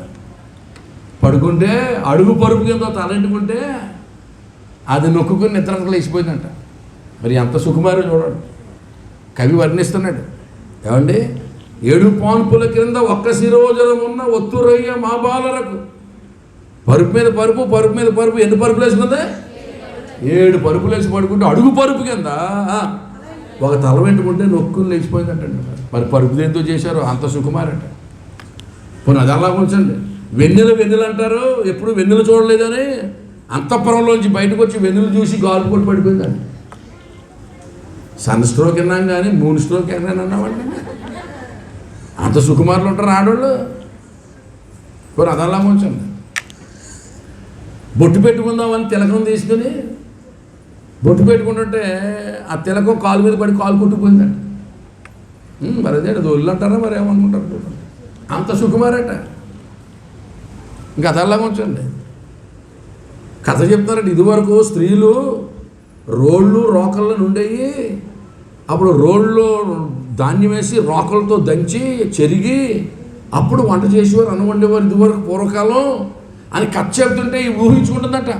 ఆడవాళ్ళు ఏంటి రోకళ్ళు పట్టుకోవడం ఏంటి అని ఊహించుకుంటుంటేనే చేతులు కందిపోయి చేతులు రకం వచ్చేస్తున్నారు. ఏమంటే అంత సుకుమారులు ఉన్నారటండి. మొగుడిని ఒకటి తీసి గుద్దేసి ఆడవాళ్ళు 300 మంది ఉన్నారు. ఇది కవుల అభూత కల్పన. ఏంటంటే కవుల యొక్క కల్పన అండి. కవులైతే అలా కల్పిస్తారు కానీ దేవుడు మాత్రం, మన దేవుడు అవునంటే అవును, ఆయన మాట అవునంటే కాదంటే. మన దేవుడు అంటున్నాడు మనల్ని, నువ్వు చంద్రబింబం అంతా అందము గలదానా, దేవునికి స్తోత్రం కలుగునుగా. ఎవరండి మనల్ని మెచ్చుకునేవారు? అక్కడేమో మందగత్తులు దడతలు ఆడించేస్తున్నారు, కెరూబులు శరాపులు దూతకణాలు. వాళ్ళేమో ఆయన కోసం ప్రయత్నం చేస్తే ఆయన మనసంతా మసి బ్యాచ్ మీద ఉందని చెప్పానా లేదా? అయిపో మరి ఎలా నచ్చామోనండి. నాకు ఇప్పటికీ మెంట్లో చేస్తున్నాను. మేము ఎలా నచ్చాం ప్రభు నీకు? దేవుని బిడ్డలారా, మనల్ని పొగుడుతున్నాడు. చంద్రబింబం అంతా అందము కలదట. జాగ్రత్త వినంటారా, చెప్పేస్తాను త్వరగా. 2 ప్రశ్నలు వేస్తాను, మీరు చెప్పేయగలరులే. మొదటి ప్రశ్న నిజంగా చెప్పండి. మొదటి ప్రశ్న ఆలోచించి, చంద్రబింబం యొక్క అందము సొంతమా బారోడా ఎరువు తెచ్చుకున్నదా? చంద్రబింబం యొక్క అందం ఒరిజినల్లా లేకపోతే సొంతమా ఎక్కడైనా తెచ్చుకున్నదా చెప్పాలి. సొంతమేనా? ఓకే. ఇంకా చంద్రబింబం యొక్క అందం సొంతమా ఎరువు తెచ్చుకున్నదా? చంద్రబింబం యొక్క అందము సొంతము కాదు, స్వయం ప్రకాశకము కాదు. సూర్యుని కాంతి చంద్రుని మీద పడితే చంద్రుడు ప్రకాశిస్తాడు. ఫస్ట్ పాయింట్, ఓకేనా? తెలిసిపోయిందా? రెండో ప్రశ్న బ్రదర్స్ చెప్తారు. అరే నాన్న, చంద్రబింబం యొక్క అందం పర్మనెంటా టెంపరీయా? ఏంటండి? టెంపరీనా, పర్మనెంట్ కదా? 2 పాయింట్లు తేలిపోయినాయి. చంద్రబింబం యొక్క అందం సొంతమో కాదు, శాశ్వతము. మనసు కూడా అంతే, మనసు కూడా సొంతమో కాదు, శాశ్వతము కాదు. మరి చంద్రబింబం యొక్క అందం అంతా దేని మీద ఆధారపడింది? సూర్యుని మీద ఆధారపడింది. అలాగుననే దేవుని సంఘం యొక్క సౌందర్యం అంతా నీతి సూర్యుడైన యేసు ప్రభు మీద ఆధారపడి ఉంది. దేవునికి స్తోత్రం కలుగును. నీతి సూర్యుడు మన మీద ప్రకాశిస్తే సంఘం దేదీప్యమానమై వర్ధిల్లుతుంది. దేవునికి స్తోత్రం కలుగునగాక. నీతి సూర్యుడికి మనకి కనుక ఏదన్నా ఆటంకాలు వచ్చేస్తే మనం చిమ్మ చీకట్లోకి వెళ్ళిపోతాం. మీకు తెలుసా, అమావాస్య రోజున ఏం జరుగుతుంది? అమావాస్య రోజున ఏం జరుగుతుంది? బాబా భలే సత్యం చెప్పేశారు. అమావాస్య రోజున సూర్యునికి చంద్రునికి మధ్య భూమి వచ్చేస్తుంది. ఏమొచ్చేది? సూర్యునికి చంద్రునికి మధ్య భూమి వచ్చేస్తే అప్పుడు చంద్రుడు చిమ్మ చీకట్లోకి వెళ్ళిపోతాడు. అలాగుననే దేవుని సంఘమునకును నీతి సూర్యునికి మధ్య శరీరాశ, నేత్రాశ, జీవపడాపం వచ్చేస్తే దేవుని సంఘం చిమ్మ చీకట్లోకి వెళ్ళిపోద్ది. అప్పుడు ఐకాబో అనగా ఈకాబోదు అనగా ప్రభావము వెడలిపోయెను. Church will become totally helpless and useless and powerless. ఎందుచేతంటే నీతి సూర్యుడు మన మీద ప్రకాశించడం. మన మనుషులు అంటే ఉన్నాం, సంఘం అంటే ఉంది, పాటలు అంటే పాడుతున్నారు, కానుకలు అంటే ఇస్తున్నారు. కానీ వీరికి దేవునికి మధ్య ఏమొచ్చేసింది? శరీరాశ, నేత్రాశ, జీవపుడంబం, సకల పాపాలు అడ్డొచ్చేసినాయి. కనుక దేవుని సంఘము ప్రకాశించలేకపోతా ఉంది. ప్రియమైన వాళ్ళారా, చిత్తగించండి. అందుకనే మోషే ఎప్పుడు ఇశ్రాయేలును దీవించినా యెహోవా సన్నిధి కాంతి మీ మీద ప్రకాశించునుగాక, యెహోవా సన్నిధి కాంతి మీ మీద ఉదయించునుగాక. దేవునికి స్తోత్రం కలుగునుగాక. దేవుడు మన మీద ప్రకాశిస్తే, దేవుడు మన మీద ఉదయిస్తే మన మహిమ వేరుగా ఉంటుంది. దేవునికి స్తోత్రం కలుగునుగాక. మన అభిషేకం వేరుగా ఉంటుంది, మన యొక్క ప్రభావం వేరుగా ఉంటుంది. సమాజం మీద మనం చూపే ఆ ఇంపాక్ట్ చాలా ప్రత్యేకంగా ఉంటుంది. ఎప్పుడు దేవుడు మన మీద ప్రకాశించాలి. అందుకనే మోషే దీవించేవాడు, యెహోవా సన్నిధి కాంతి మీ మీద ఉదయించునుగాక, యెహోవా సన్నిధి కాంతి మీ మీద ప్రకాశించునుగాక. ప్రియులారా, ఈ సందర్భంలో ఒక మాట చెప్తున్నాను. నేను ఒకసారి గుంటూరు వెళ్ళాను చిన్న పని మీద. అక్కడికి వెళ్ళాను, గుంటూరు వెళ్తే ఒక పని మీద వెళ్ళాను. ఆ పని మీద వెళ్ళాను కానీ ఓ పెద్ద మహాసభలు జరుగుతున్నాయి. ఏం జరుగుతున్నాయి? మహాసభలు జరుగుతూ ఉంటే నేను వెళ్ళిన పని మర్చిపోయి సభల్లో కూర్చున్నా.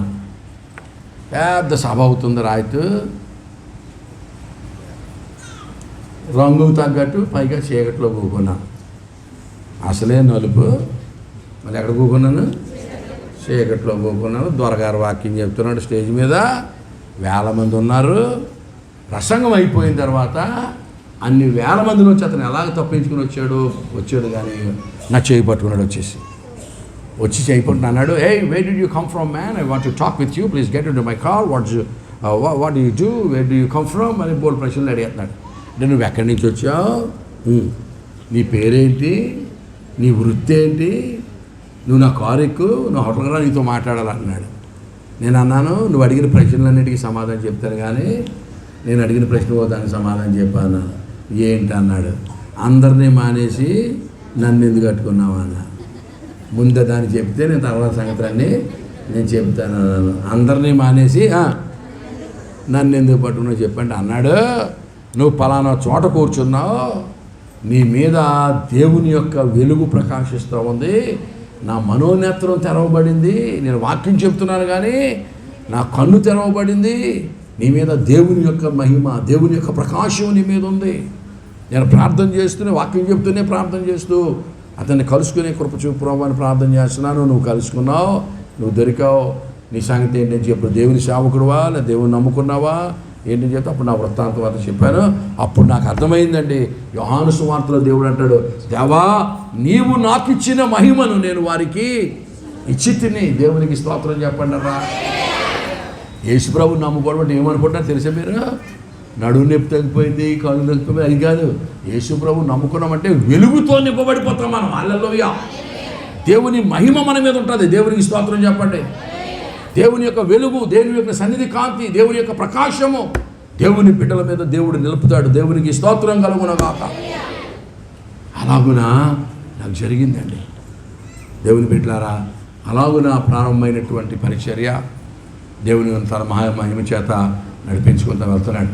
కనుక ఈవేళ సూర్యబింబ చంద్రబింబ యొక్క అందం సొంతమో కాదు, ఏమండి, శాశ్వతమో. అదే పోలిక దేవుని సంఘానికి ఉన్నది. మన సౌందర్యం కూడా సొంతమో కాదు, శాశ్వతము. నీతి సూర్యుడు మన మీద ప్రకాశించినంత కాలం వెలుగుతాం. ఆయన కానీ సైడ్ అయిపోయాడంటే మనం ఏమైపోతాం? చిమ్మ చీకట్లోకి వెళ్ళిపోతాం. చిమ్మ చీకట్లోకి వెళ్ళిపోతే సంఘం అమావాస్యలోకి వెళ్ళిపోద్ది.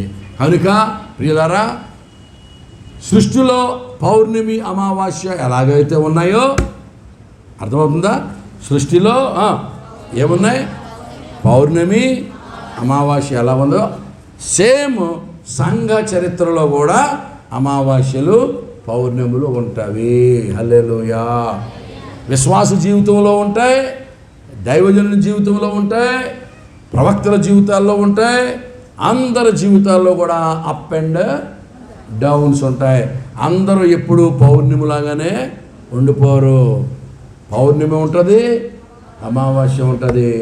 ఈ పాయింట్ మీరు గుర్తుంచుకుంటే సెకండ్ సెక్షన్లో నేను ధారావాహిక కంటిన్యూ చేస్తాను. దేవుడి మాటలు దీవించునుగాక. తలలు వంచండి, కళ్ళు మూసుకొని